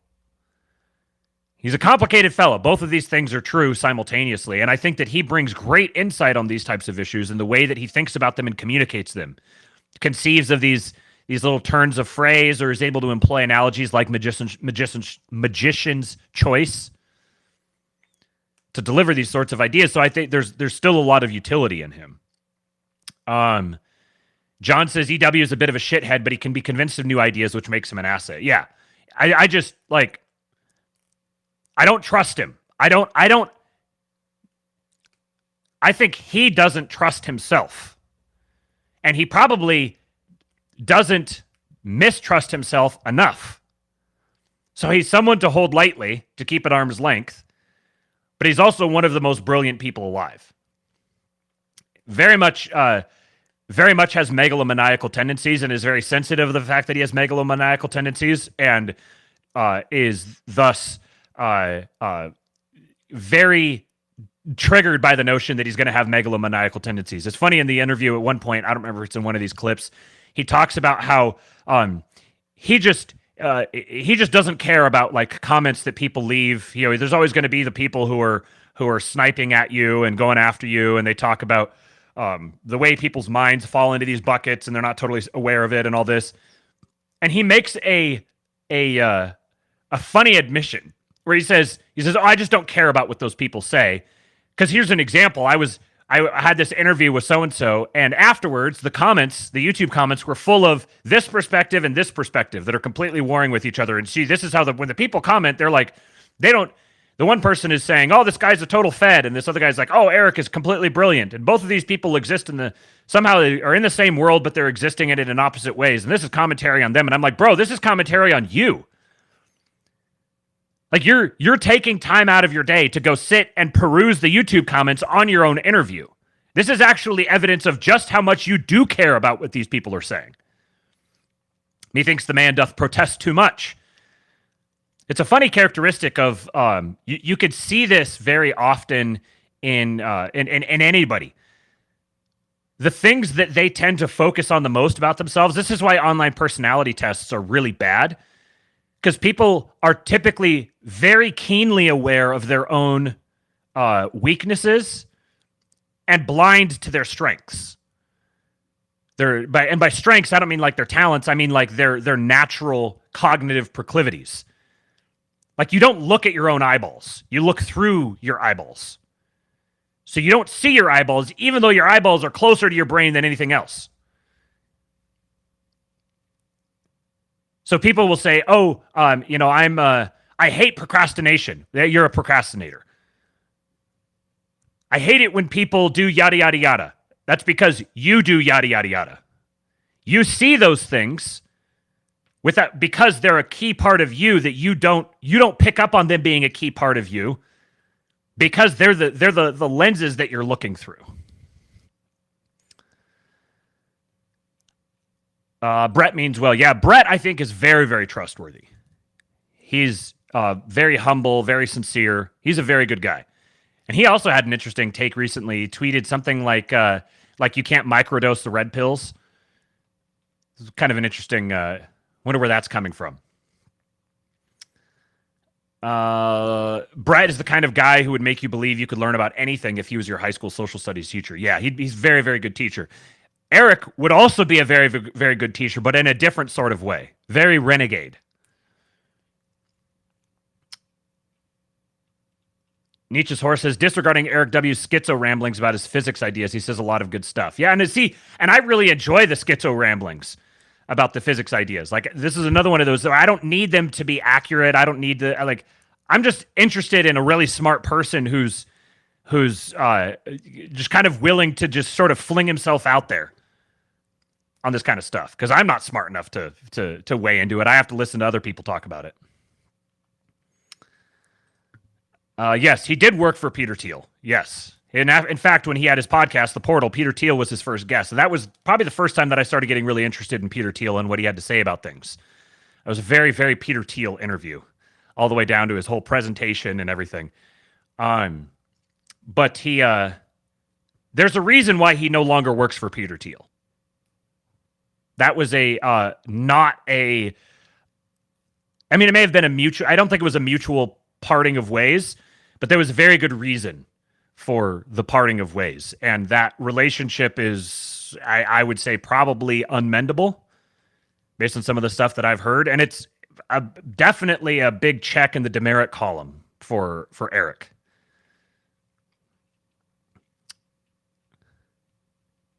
Very much. John says, I think he probably got bullied a bit in school as a kid, but he was much smarter than them. Has that vibe. Absolutely. Very, very much.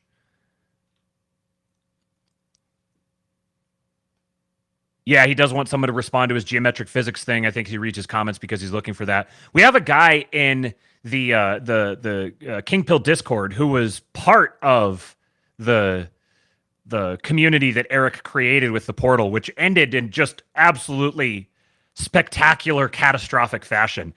I may get him on. He has some really interesting insights into the dynamics there, and I may have him do he and I were talking yesterday. He may come on and give a little insight into that whole thing. Maybe you have to do it anonymously or something like that. But he's made a strong case to me that he's the one who actually coined the term steelman.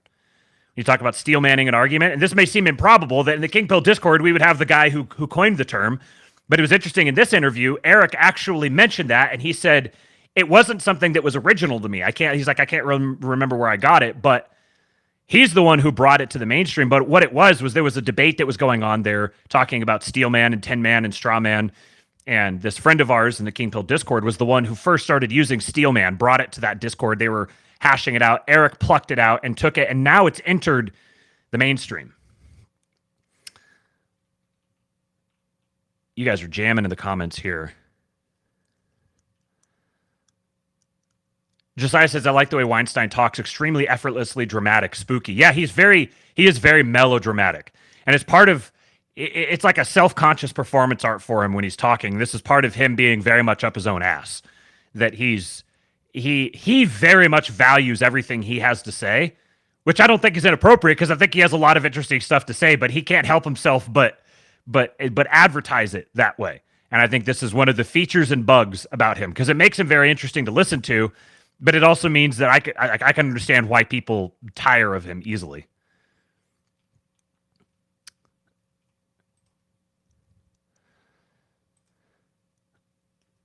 Javier Oliva says, have you heard the interview with Space Age Maximalist about the hidden physics of the universe? The part on electrogravitics alone is fascinating.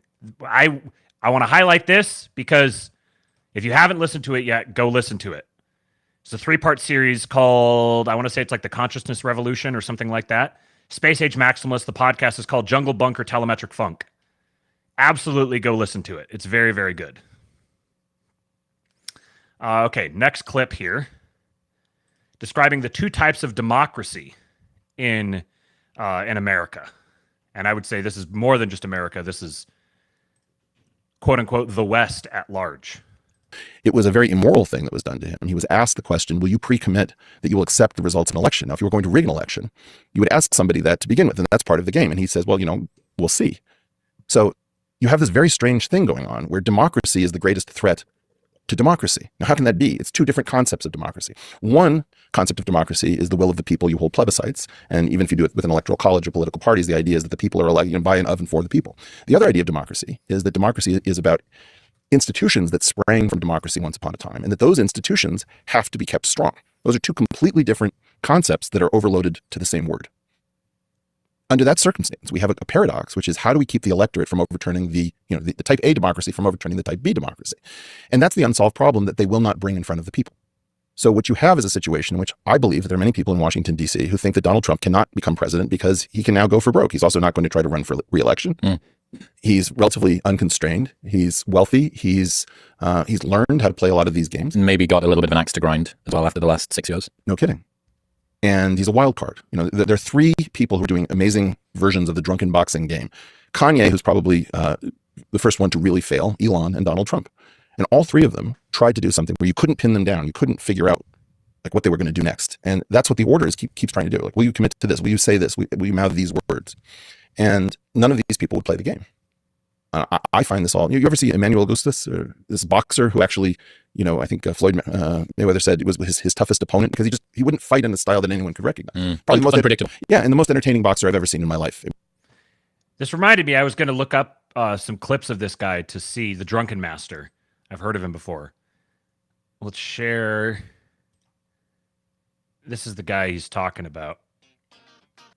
Emmanuel Augustus is one of the most entertaining and skillful fighters to have ever laced up gloves, with Floyd Mayweather maintaining for years that Augustus was his toughest opponent and calling his talent unbelievable.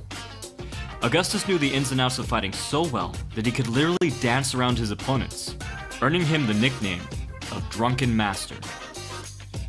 Augustus's subtle displays of defense would suddenly morph into a bizarre but brilliant display of skill, as he abandoned all semblance of form to completely humiliate his opponent.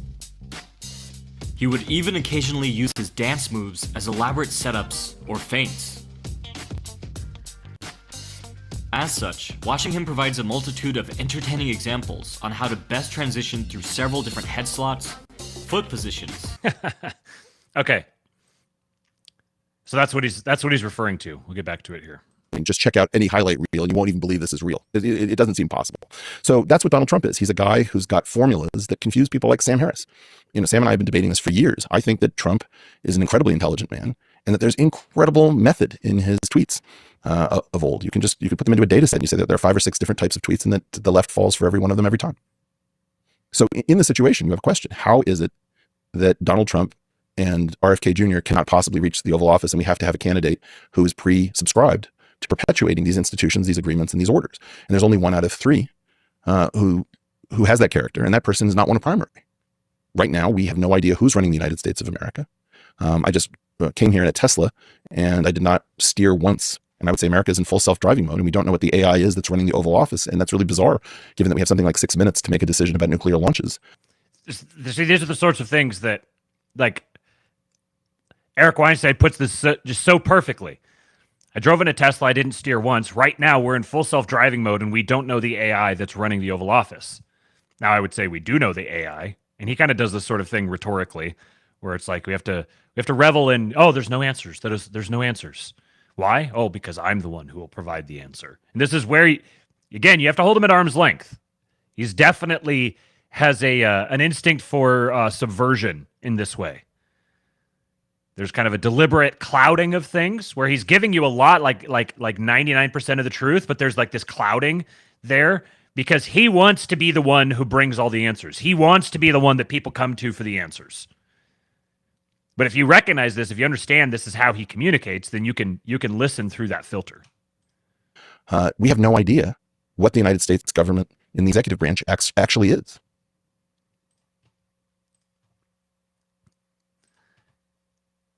Tucker actually does something kind of similar to this, where he kind of plays the straight man intentionally. I think this is what hangs up a lot of people. They, like when he's talking to Martyrmade, he's intentionally inhabiting the normie mind and asking questions to steelman the normie perspective. This is a very he's very talented journalistically in his ability to do this. To just kind of play dumb. He has the Tucker face, you know. He just plays dumb and he asks the normie questions from the normie perspective. But he's very much not a normie, and you can tell by the fact that he asks these questions and he has these conversations. But it's a self-preservation technique. It's what allows him to maintain an audience of normies, which is very necessary. These people have to be careful in public. People like Tucker who have that sort of profile. This is why the people who really want to pressure guys like Tucker for not being super open and transparent about how far down the rabbit hole they are functionally feds. In trying to identify him as a fed, they're revealing themselves as a fed. Because if he goes too far down the rabbit hole and advertises it simultaneously, and he doesn't do this carefully, he will lose his platform. And we will lose that asset. And he's well aware of this, both for his own self-preservation and the preservation of his platform through which so many good things are coming. Again, this is not recognizing this and spurging out about someone like Tucker or Daryl Cooper or, to a degree, Eric Weinstein. It's just political midwittery. These are children, mental children, trying to weigh in on something happening at the adult level. So he's got something interesting he kind of reveals here, indicating the closeness that he has to the current ruling coalition, and he's telling tales out of school.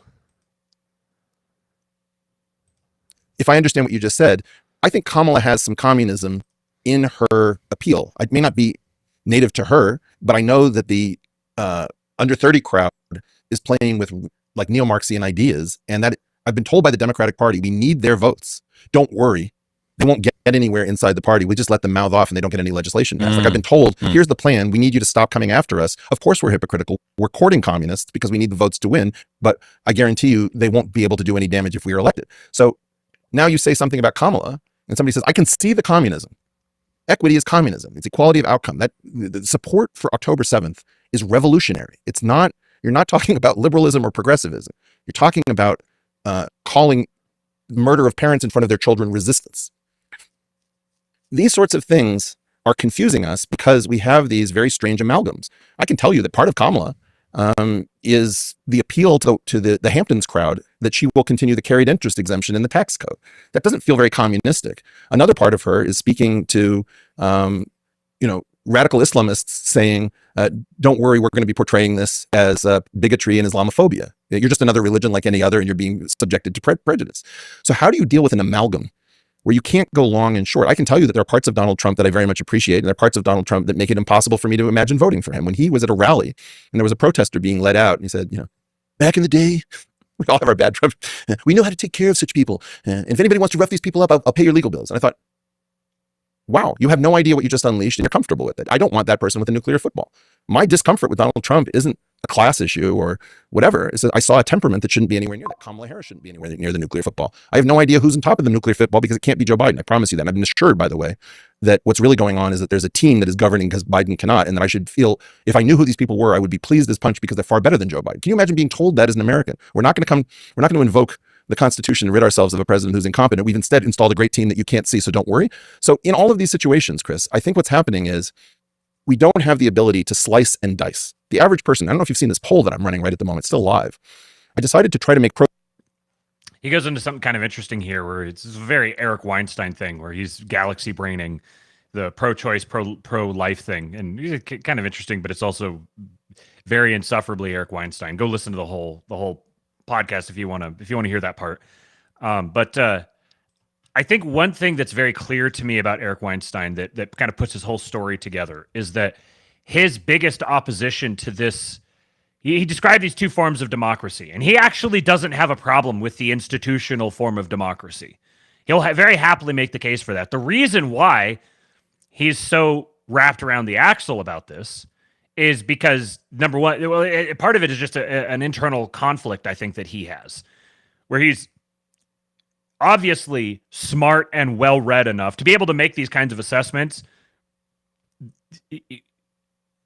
It's very obvious that he is well aware of the truth, but he needs to tie himself into knots because he's got certain proclivities that prevent him from fully leaning into that truth and actually accepting the implications of it. Like if you comparing these two things and you say, oh, well, Trump at this rally 8 years ago, he said this thing. And I was like, oh, that guy's temperament. I don't want him next to. So I just can't vote for either one of them. This gay libertarian stuff. Like, I think what this reveals is his biggest beef with this institutional form of democracy is not that it exists, but that they don't let him in the club. And this goes back to his geometric unity thing and his whole academic career. He's always been the guy that he's kind of the crazy genius, but nobody wants to recognize that he's actually the reincarnation of Einstein all the way down to the hair. He doesn't get to have, it's like what Milo Yiannopoulos said to Jordan Peterson back in like 2021 or something like that, where he said, the difference between us is you want to exist at the top of these institutions. You want to be part of the inner circle, and I want to burn them all down. And I think Eric very much his resentment toward the post-war consensus is not the fact that it exists. It's not the nature of it. It's that he doesn't get to be the insider.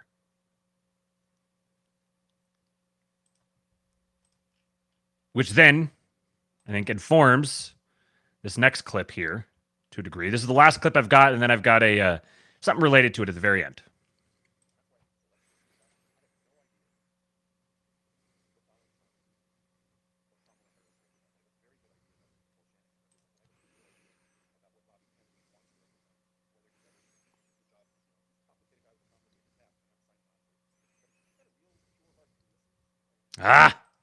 Forgot to share it. Distracted by the comments here. Okay, end tribalism. Okay. That's why I think this election is a catastrophe. I have no idea what Donald Trump or Kamala Harris represent. I have a very good idea about what Nicole Shanahan represents, and I have a pretty good idea about what Bobby Kennedy wants to represent, whether he does it the job, he's a complicated guy with a complicated past, and I'm not signing on but he's got a real pure heart, and he listens, and he's unafraid to take on, look, the man is willing to die.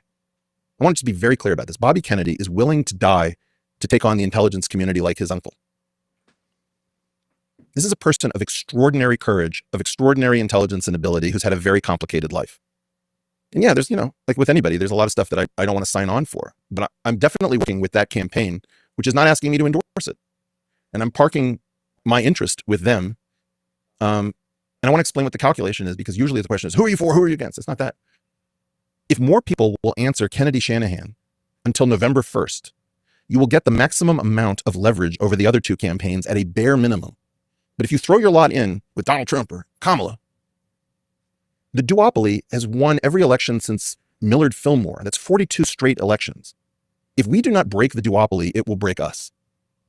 And the Kennedy Shanahan ticket is sophisticated in realizing that campaigning could be something different. It's trying to figure out, what should campaigning be?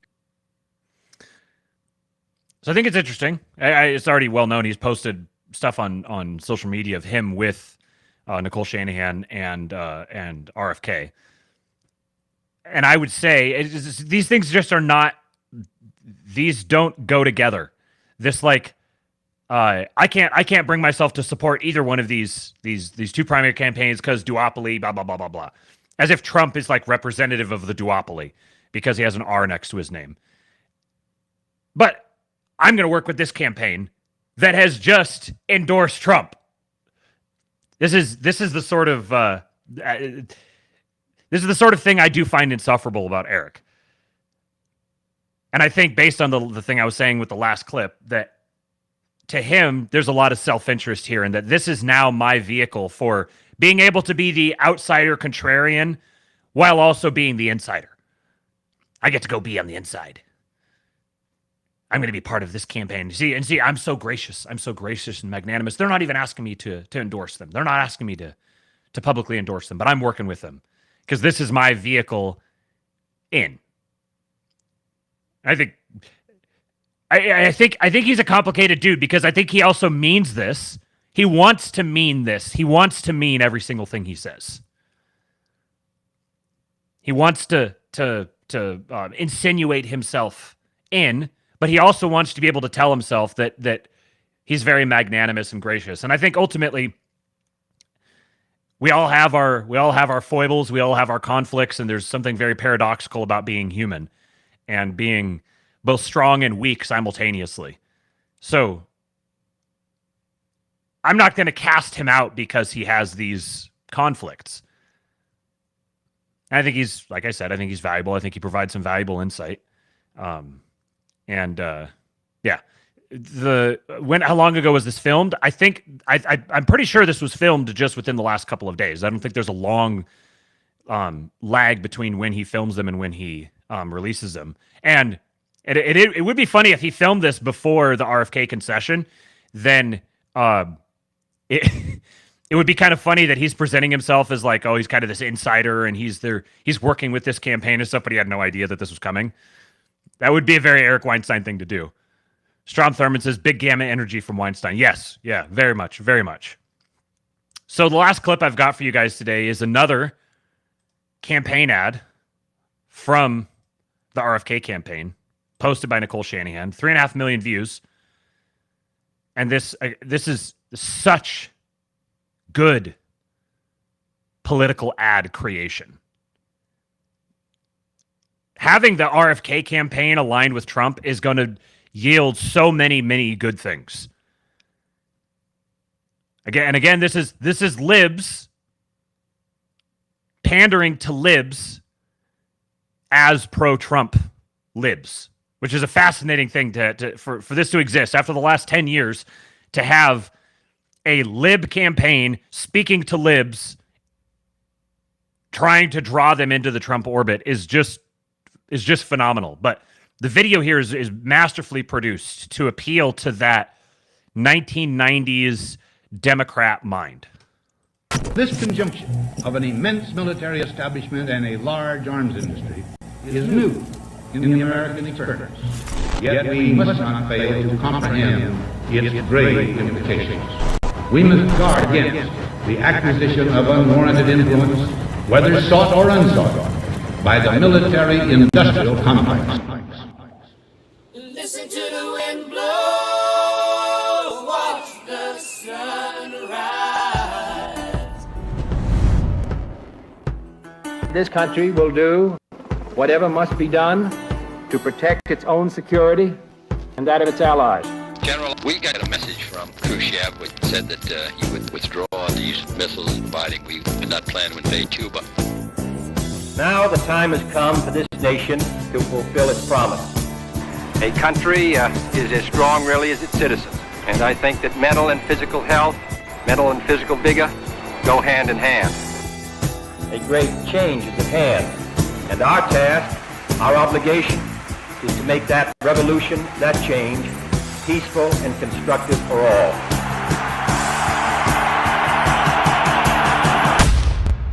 Run in the shadows, damn your love, damn your lies. President Kennedy has been assassinated. And if you don't love me now, you will never love me again. The time for debate is over. The time has come to unite. We are a strong and we are a courageous people. I am announcing today my candidacy for the presidency of the United States. I do not run to oppose any man, but to propose new policies. Policies to end the bloodshed in Vietnam. Policies to close the gaps that now exist between black and white, between rich and poor. I run for the presidency because I want the Democratic Party and the United States of America to stand for hope instead of despair. My thanks to all of you, and now it's on to Chicago, and let's win there. Senator Kennedy has been shot. Is that possible? Break the silence, damn the dark, damn the light.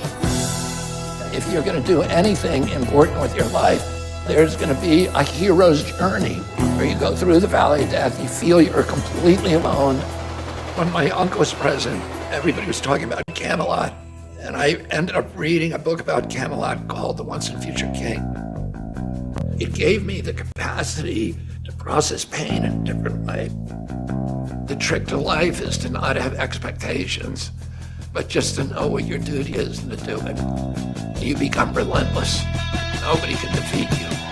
Tonight, I'm very pleased to welcome Robert F. Kennedy Jr. Don't you want healthy children? And don't you want the chemicals out of our food? And don't you want a president that's going to make America healthy again?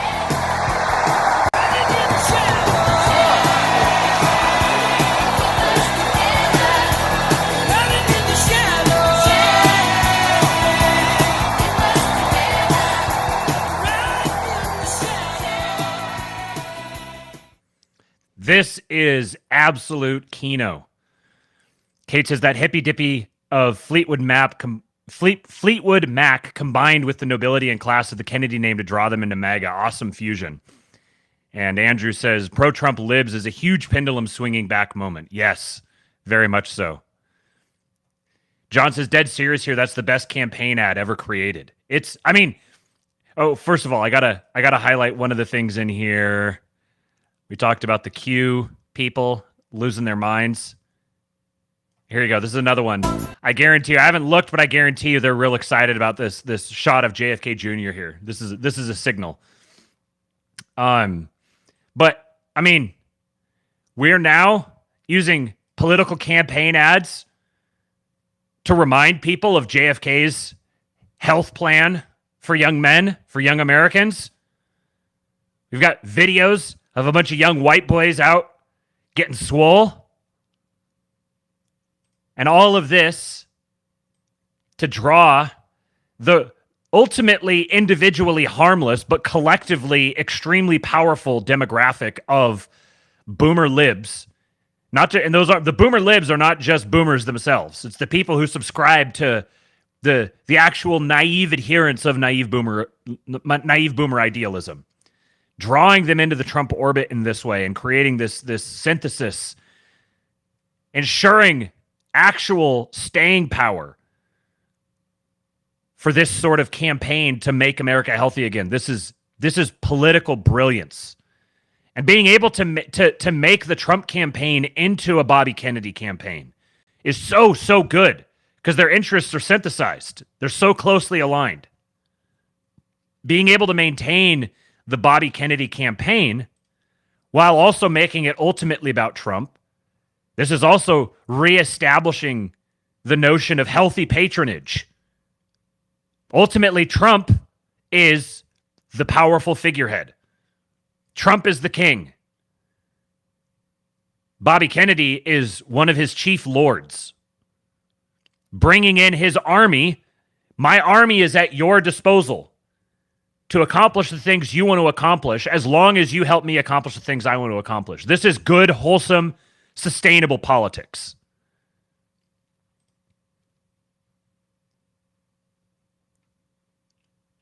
Vorpal Anvil says, the only thing I get from the song is that it used to be the intro to Formula One on BBC.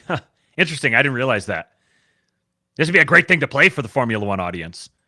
Thomas Query said, boomers grew up in a totally different world than people live in now, but I think the boomers still live there mentally and don't understand that nobody else does. Yes, right.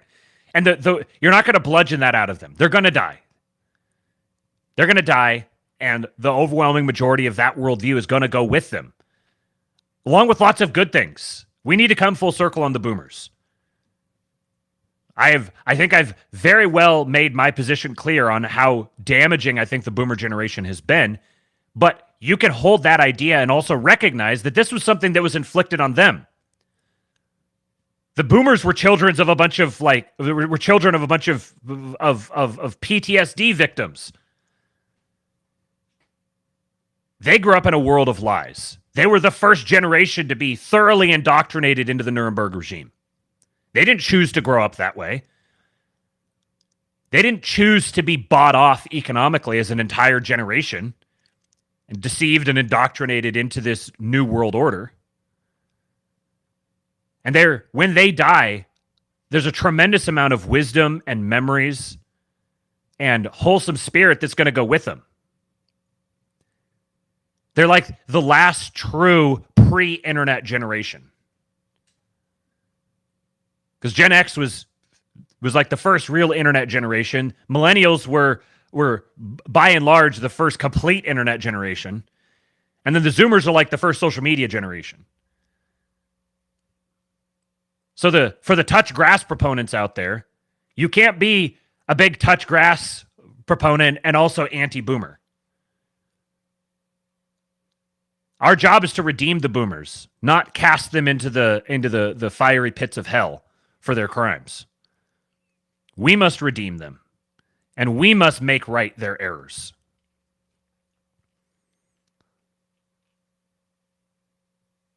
Boomers will absolutely fall for that marketing. Yeah, very much so.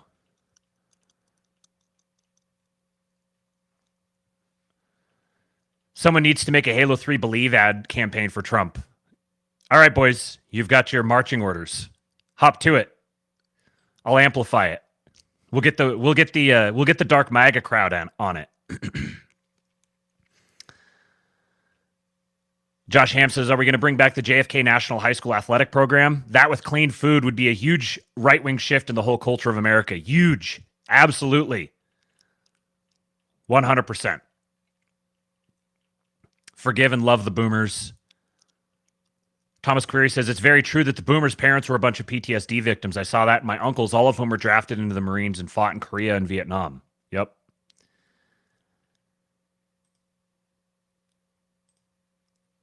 All right. Well, I think there was something else that I was going to say, but I don't remember what it was now. I want to see if I can buy myself enough time to recover it. Let's see. RFK, Nicole Shanahan, Trump. I don't remember what it was. All right. Well, you guys know how this ends. You know what's coming. Taylor's on it already. Do me a favor and hit like on your way out. We got 150 watching right now, 58 likes. Give me likes. Gib likes. Follow me on Twitter at RealKingPilled. Subscribe to the channel if you aren't already. Hit retweet on this stream if you're watching on Twitter. And if you want to support the show and ensure that I can keep doing this every day, go to the KingPilled Discord. Go to kingpilled.com, join the KingPilled Discord. Come join the burgeoning Warhammer channel that we have.